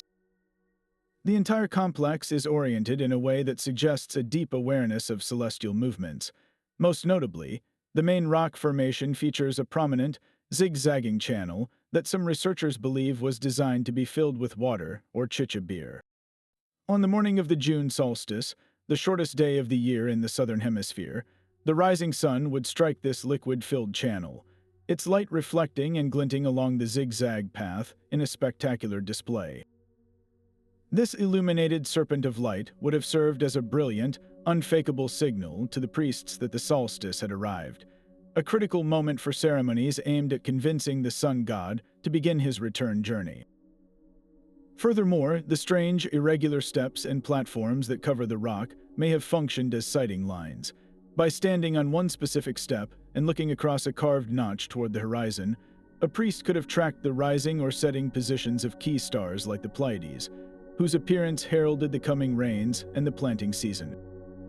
In this view, Kenka was not a place of death, but a place of cosmic observation, where the rhythms of the sky were translated into stone, guiding the empire's agricultural and ritual life.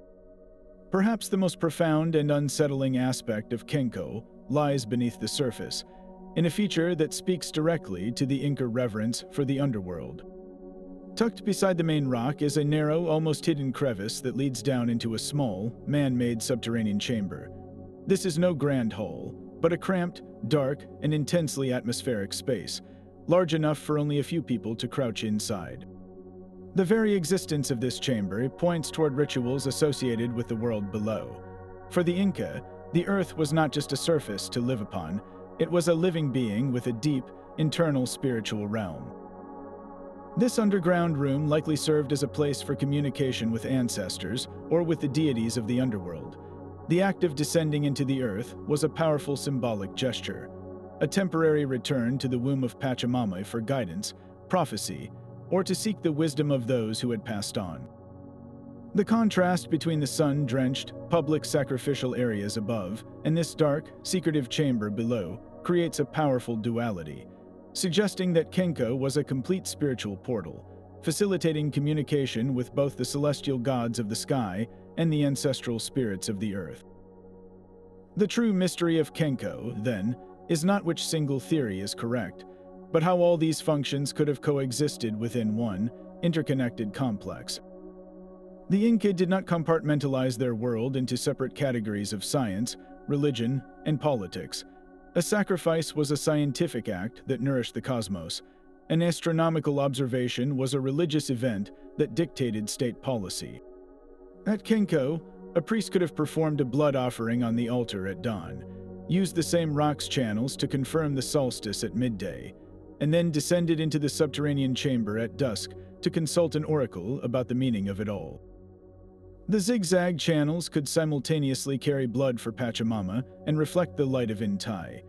The rock itself was the ultimate huaca, a sacred object imbued with life force, and every carving upon it was a way to tap into and direct that power. The lack of a single, definitive interpretation is not a failure of archaeology, but a testament to the holistic and integrated nature of the Inca worldview. Kenko was not a temple for one purpose, but a multi-layered instrument for mediating between the human realm and the entire spectrum of the divine, a place where the stone itself was seen as a conscious participant in the delicate dance of maintaining cosmic balance. While Machu Picchu draws millions of visitors who walk its well-trodden paths, a far more elusive sibling lies shrouded in jungle and silence on the opposite side of the same mountain range. This is Choqquequirau, whose name translates poetically to Cradle of Gold in Quechua. To call it the sister city of Machu Picchu is both accurate and a dramatic understatement. It is a sprawling metropolis in its own right, built with the same breathtaking ambition and stone-working genius, yet it remains one of the least accessible and most mysterious major Inca sites in existence. Where Machu Picchu feels like a carefully composed sanctuary, Choqquequirau feels like a wild frontier outpost, a place of epic scale that clings to a precipitous ridge high above the roaring Apurimac River. The journey to reach it is a formidable multi-day trek. a test of endurance that involves a brutal descent of nearly 5,000 feet into a searingly hot canyon, followed by an even more grueling ascent up the other side. This extreme isolation is the primary reason it has never achieved the fame of its sibling. It has been protected not by design, but by sheer, unyielding geography. Even today, with only about 30% of the site cleared of relentless jungle overgrowth, Choqquequirau guards its secrets with a fierceness that Machu Picchu lost a century ago. The mysteries of Choqquequirau begin the moment you arrive and lay eyes on its most unique feature, the dazzling white stone llama decorations. On a vast set of agricultural terraces, the Inca artisans created a breathtaking work of art by embedding countless white quartzite stones into the dark earth of the terrace walls. From a distance, these stones form the outlines of more than 24 llamas, some in a resting position, others appearing to march in a line across the mountainside. This is the famous Llamas of the Sun mosaic, a feature found nowhere else in the Inca Empire. The labor involved was immense, requiring the quarrying, transportation, and precise placement of every single white stone purely for symbolic and aesthetic effect. The meaning behind this celestial herd is deeply enigmatic. Were they a tribute to the sacred animals that were the lifeblood of the empire, carrying goods along the Inca road system? Were they a permanent offering to Intai, the sun god, their white stones glistening in the daylight to ensure the fertility of the herds? Or do they represent something more profound, like a constellation made earthly, a map of the stars rendered in stone on a sacred mountainside? This singular artistic statement confirms that Choqquequirau was a site of immense importance, a place where the Inca felt compelled to invest not just in practical infrastructure, but in grand, spiritual art on a monumental scale. This grand scale is what makes its ultimate abandonment so perplexing. Why would the Inca pour such vast resources into a city of this magnificence, with its elaborate water channels, its ceremonial plazas, and its residential sectors, only to walk away from it? The timeline here is crucial. Archaeological evidence suggests Choqquequirau was built during the reign of the great Emperor Pachacuti, the same visionary leader who commissioned Machu Picchu, and was expanded by his successor, Tupac Inca Yupanqui. It likely functioned as a vital administrative, agricultural, and religious center, connecting the highlands of Cusco to the Amazonian lowlands and controlling access to the sacred Apurimac Valley. Its location was not just remote, it was strategically dominant. This strategic value points toward the most compelling theory for its abandonment, that Choqquequirau became one of the final bastions of the Inca resistance. After the Spanish captured Cusco and executed the Emperor Atahualpa, the next Inca ruler, Manco Inca, initially cooperated with the Spanish before launching a massive rebellion. When his stronghold at Ollantaytambo became untenable, he retreated deep into the heavily forested region of Vilcabamba, establishing a neo-Inca state that held out for another 36 years. Choqquequirau, with its defensive position and secretive access, is a prime candidate for being a key redoubt during this final stand. Its inhabitants would have been the last holdouts, nobles, priests, and warriors desperately preserving their way of life under constant threat. The city's abandonment, then, would not have been a slow decline, but a final, tragic evacuation when the Neo-Inca state finally collapsed in 1572, its people melting away into the jungle to escape total subjugation or slaughter. This theory of a final refuge is given powerful weight by the city's stark contrast with Machu Picchu. Machu Picchu was abandoned around the same time, but seemingly in a more orderly fashion, perhaps as a preventative measure to keep it hidden. Choqquequirau, however, feels different. Its story seems tied directly to the violent, protracted death rattle of the empire. This also explains its subsequent obscurity. Machu Picchu, though hidden, was never entirely forgotten by the local Quechua people, which is how Hiram Bingham was led to it in 1911. Choqquequirau, however, sank into a deeper oblivion. Its location was so remote, and its connection to the fallen resistance so dangerous that knowledge of it may have been deliberately suppressed, or simply faded from memory over the centuries. It was only rediscovered in a formal sense in the early 20th century, and even now, the work of clearing the jungle is slow, dangerous, and vastly underfunded. Every season, archaeologists and workers armed with machetes reveal new structures, new terraces, and new pathways, each discovery adding another piece to a puzzle that is still mostly buried. The true size of Choqquequirau is still unknown. Estimates suggest the fully excavated city could be larger than Machu Picchu, a possibility that makes the ongoing work there one of the most exciting frontiers in Inca archaeology. The mystery of Choqquequirau is therefore a multi-layered one. It is a question of its unique artistic purpose, its role in the empire's tragic final chapter, and the sheer, untold history that still lies sleeping beneath a blanket of green, waiting for the jungle to release its hold and finally tell its story. But while their stonework endures, another pinnacle of Inca artistry was systematically erased, melted down into ingots and shipped across the ocean, leaving behind only whispers of its former glory. This brings us to the 29th mystery, the lost science of Inca metallurgy, a field where they transformed humble ore into objects of divine radiance and practical might. We often picture the Inca as masters of stone, but their command over metal was equally profound. A sophisticated craft that produced everything from the breathtaking, sun-like sheen of ceremonial gold to the resilient, life-saving strength of bronze tools and weapons. The core of this enigma lies in their unique technological path. While the Old World had long entered an Iron Age, the Inca, surrounded by abundant and workable deposits of copper, tin, silver, and gold, perfected the Age of Bronze without ever feeling the need to develop ferrous metallurgy on a large scale. They created an entire advanced civilization, with all its complex demands, using non-iron metals, achieving a level of technical refinement in smelting, alloying, and crafting that rivals any contemporary culture in the world. Their relationship with gold was, of course, legendary, but it was far more than simple avarice. To the Inca, gold was the sweat of the sun god, Inti, and silver was the tears of the moon goddess, Mama Quilla. These metals were not primarily measures of wealth, they were sacred substances, physical manifestations of the divine. This spiritual significance drove the demand for objects of breathtaking beauty and complexity for use in temples and royal ceremonies. To create these intricate works, Inca metallurgists mastered the lost wax casting method, a multi-step process requiring immense skill and patience. It began with a core, often made of clay and charcoal, shaped into the rough form of the desired object, like a ceremonial knife or a small statue. This core was then covered in a layer of beeswax, and here the artist's true talent shone, as they would carve every minute detail. The feathers on a condor, the scales on a serpent, the expression on a face directly into the wax surface.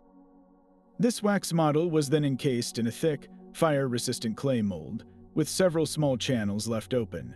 When the mold was heated in a furnace, the wax would melt and drain out through these channels, leaving behind a perfect, hollow negative impression of the original carving.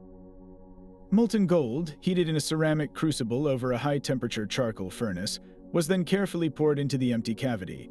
Once the metal cooled and solidified, the outer clay mold was broken away, revealing the solid gold object inside, which then required hours of painstaking polishing with fine sand and abrasive stones to achieve its final, blinding luster. This technique allowed them to produce objects of stunning complexity that would have been impossible to shape by hammering alone. Yet, for all the glory of their gold work, the true backbone of the empire was built on a more utilitarian alloy, bronze. The Inca were not the first in the Andes to work with copper, but they industrialized and perfected its use on an imperial scale. They developed sophisticated mines, like the vast network at Chuquicamata in northern Chile, and established a state-controlled system for smelting the ore and distributing the finished metal. Their great innovation was the systematic creation of bronze, an alloy significantly harder and more durable than pure copper. Archaeologists have discovered that the Inca produced several distinct types of bronze for specific purposes. One common alloy combined copper with a small amount of tin, creating a strong, versatile metal ideal for everyday tools like crowbars, agricultural implements, and chisels for their stonework. But perhaps their most clever formulation was arsenic bronze, made by alloying copper with naturally occurring arsenic-bearing ores. This created an even harder, more wear-resistant metal perfectly suited for heavy-duty tasks, particularly the Tumi knife, a distinctive, crescent-bladed implement used in sacrifices. The development of these specific alloys was not accidental. It was the result of generations of empirical experimentation, a deep, practical understanding of material properties that allowed them to match the right metal to the right job, ensuring the efficiency and longevity of the tools that built and maintained their empire. This leads to the profound and tragic mystery at the heart of their metallurgical knowledge. Just how advanced did they become, and what secrets were lost forever when their world collapsed? The Spanish conquest was an unmitigated cultural and technological holocaust for Inca metalworking. The conquistadors, blinded by greed and a desire to erase all symbols of pagan power, saw the magnificent output of this craft not as art, but as raw material. Countless masterpieces, delicate ear spools, life-sized statues of deities, intricate ceremonial vessels were gathered up, smashed, and melted into anonymous gold bars for shipment to Spain. This systematic destruction obliterated not just the objects, but the evidence of the techniques used to create them. We are left with only the barest glimpses, mostly from small, hidden caches or items the Spanish missed. What other advanced methods did they possess? Could they plate base metals with a thin layer of gold or silver, a technique known as depletion gilding? Did they understand how to create different tempers in their bronze by varying the cooling process? Were they on the cusp of developing new, even more resilient alloys? The specialized knowledge of the Coracamayak, the master goldsmiths, was not written down. It was an oral tradition, passed from master to apprentice through years of hands-on training. With the disintegration of the imperial system and the death of these masters, either from disease or violence, that living library of technical knowledge was burned without being read. The surviving metal objects are therefore haunting ghosts, pointing toward a sophistication we can only partially comprehend, a brilliant light of ingenuity that was extinguished just as it had reached its zenith. And so we arrive at our final, overarching mystery, one that encompasses all the others and asks perhaps the most fundamental question of all: just how vast was the Inca Empire truly? We see the lines on modern maps, the familiar shape of Tawantinsuyu stretching along the Andes, but these borders are, in many ways, a best guess, a scholarly approximation drawn from incomplete Spanish chronicles and the imposing ruins we have managed to find. The shocking truth is that the full lived extent of this empire, especially in its final, dynamic years, may have been significantly larger and more complex than our textbooks suggest. The rapid, violent collapse of the imperial state and the subsequent campaign to erase its memory have left vast blank spaces on the map, frontier zones where the nature of Inca control shifts from certainty to tantalizing possibility, suggesting a reach that may have penetrated deep into the uncharted Amazon and consolidated power along the coast in ways we are only beginning to uncover. Consider the eastern frontier, where the jagged peaks of the Andes plunge into the endless green sea of the Amazon rainforest. For a long time, conventional wisdom held that the jungle was a natural barrier, a place the Inca feared and avoided. But a cascade of recent discoveries is shattering that assumption. We now have compelling archaeological evidence of significant Inca presence deep within the Amazon basin. At sites like Maimaria and the Pyrenees region in Peru, explorers have found the unmistakable signature of Inca engineering: classic stone terraces, agricultural platforms, and remnants of stone structures built in the imperial style, located dozens of miles from the mountain foothills. These aren't just isolated way stations, they appear to be planned settlements. Furthermore, satellite imagery and LiDAR technology, which can peer through the dense forest canopy, have revealed extensive, previously unknown road networks snaking their way down from the highlands into the lowlands. These aren't the wide, formal roads of the Quhapac-Nian, but narrower, more secretive paths, suggesting a different kind of interaction. This wasn't necessarily a territory of direct, centralized control with governors and tax collectors. Instead, the Inca likely established a system of vertical archipelagos, creating satellite communities in the rich, biodiverse lowlands to access resources impossible to find in the high Andes: exotic feathers for ceremonial regalia, precious hardwoods, medicinal plants, and perhaps most importantly, coca leaves, a sacred and vital crop that thrives in the warmer, more humid jungle climate. Their influence may have extended through a combination of trade alliances with powerful jungle tribes, strategic military outposts to control access routes, and the establishment of religious sites to exert spiritual influence, creating a vast, diffuse sphere of control that was economic and ideological as much as it was political. This expansionist drive was not limited to the jungle. Along the Pacific coast, the story is one of consolidation and mastery over an entirely different, yet equally harsh, environment. The Inca did not merely conquer the coastal kingdoms like the Chimu. They absorbed their maritime technology and expertise, effectively becoming a two-ocean empire, commanding both the mountains and the sea. The evidence for this lies in the sophisticated administrative centers they built along the coast, places like Incahuasi in the Cant Valley. This was not a rustic outpost, it was a full-scale replica of the architectural planning found in Cusco, complete with a central plaza, storehouses, and residential sectors. A deliberate piece of imperial architecture stamped onto the coastline to manage the production and distribution of valuable coastal resources like cotton, seafood, and spondylus shells. The spondylus, or thorny oyster, is a crucial piece of this puzzle. This vibrant red shell, which only thrives in the warm waters off the coast of Ecuador, was considered more sacred than gold by the Inca, symbolizing water and fertility. The immense effort to control the source of these shells and transport them along the coast and up into the highlands speaks to a highly organized and far-reaching coastal infrastructure. The empire's reach likely extended down the coast through a network of such centers, connected by their sea-going balsa rafts as well as coastal roads, integrating the rich marine resources and the agricultural output of the irrigated coastal valleys directly into the imperial economy. The great enigma, then, is not just where the borders were drawn, but what kind of control existed at the edges. An empire that expanded as fast as the Incas did couldn't possibly have administered every square mile with the same iron grip it held over the sacred valley.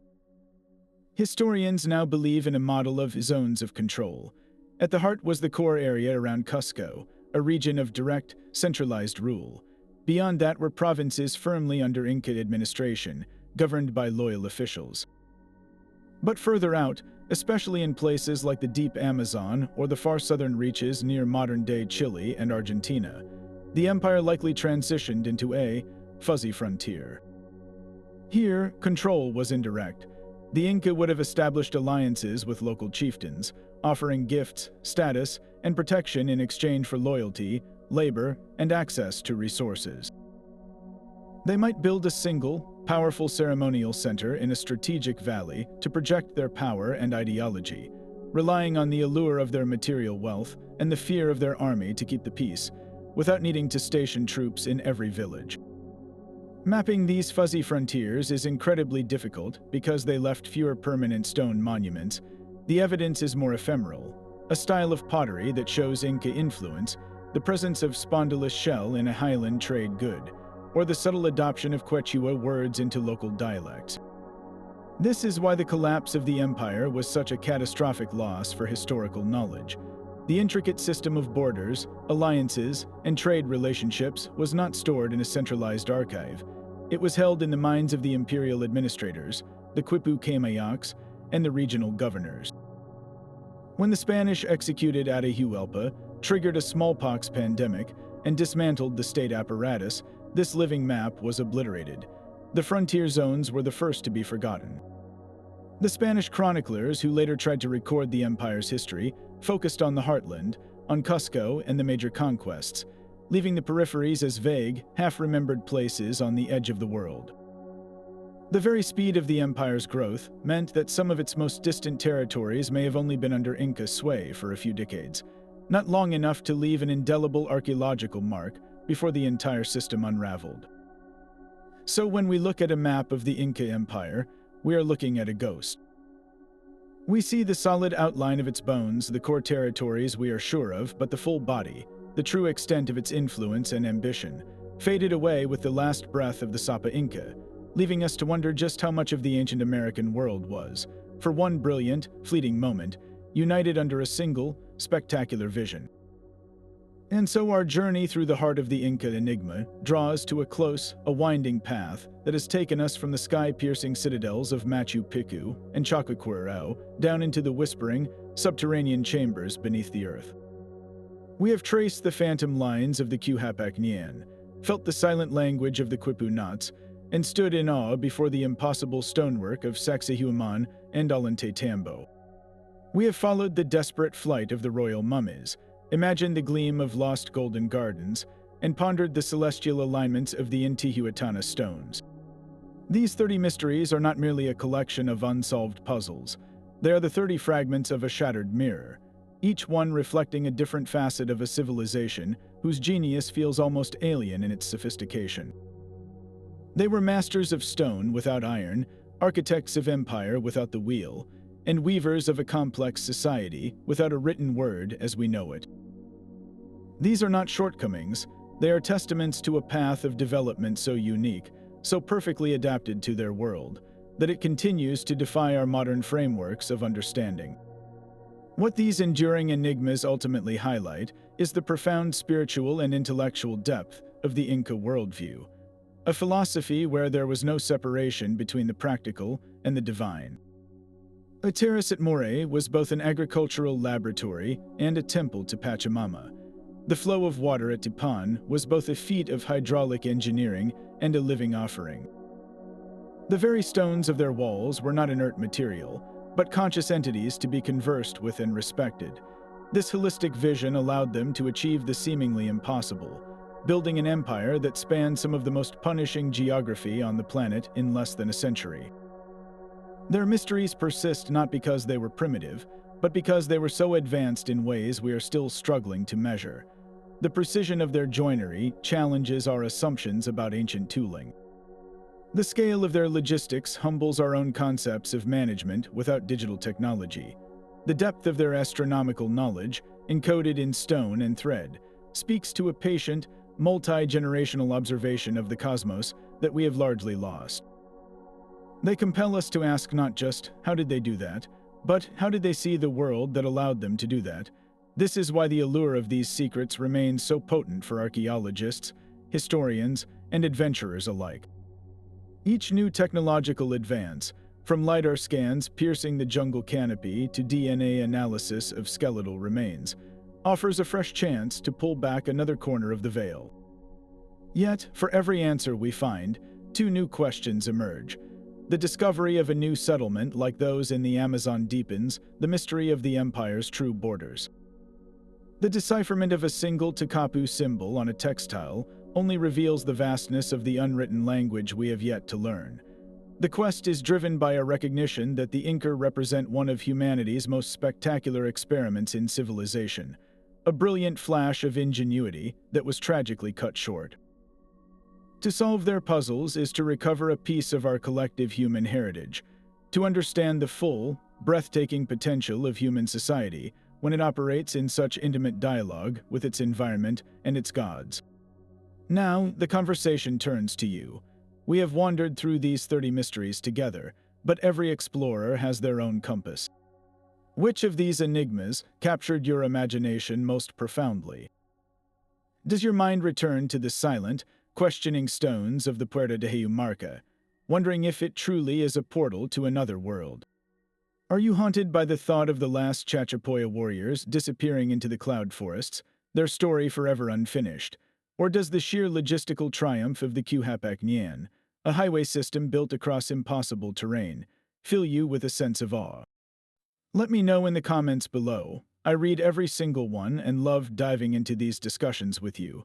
The search for answers is a journey we take together, and if unraveling the secrets of lost civilizations fuels your curiosity, then you are in the right place. Make sure to subscribe and hit that notification bell, because this is just the beginning. We have so many more historical adventures ahead, from the sun-scorched deserts of Egypt to the sunken cities of forgotten empires. The past is waiting, and its greatest mysteries are still calm.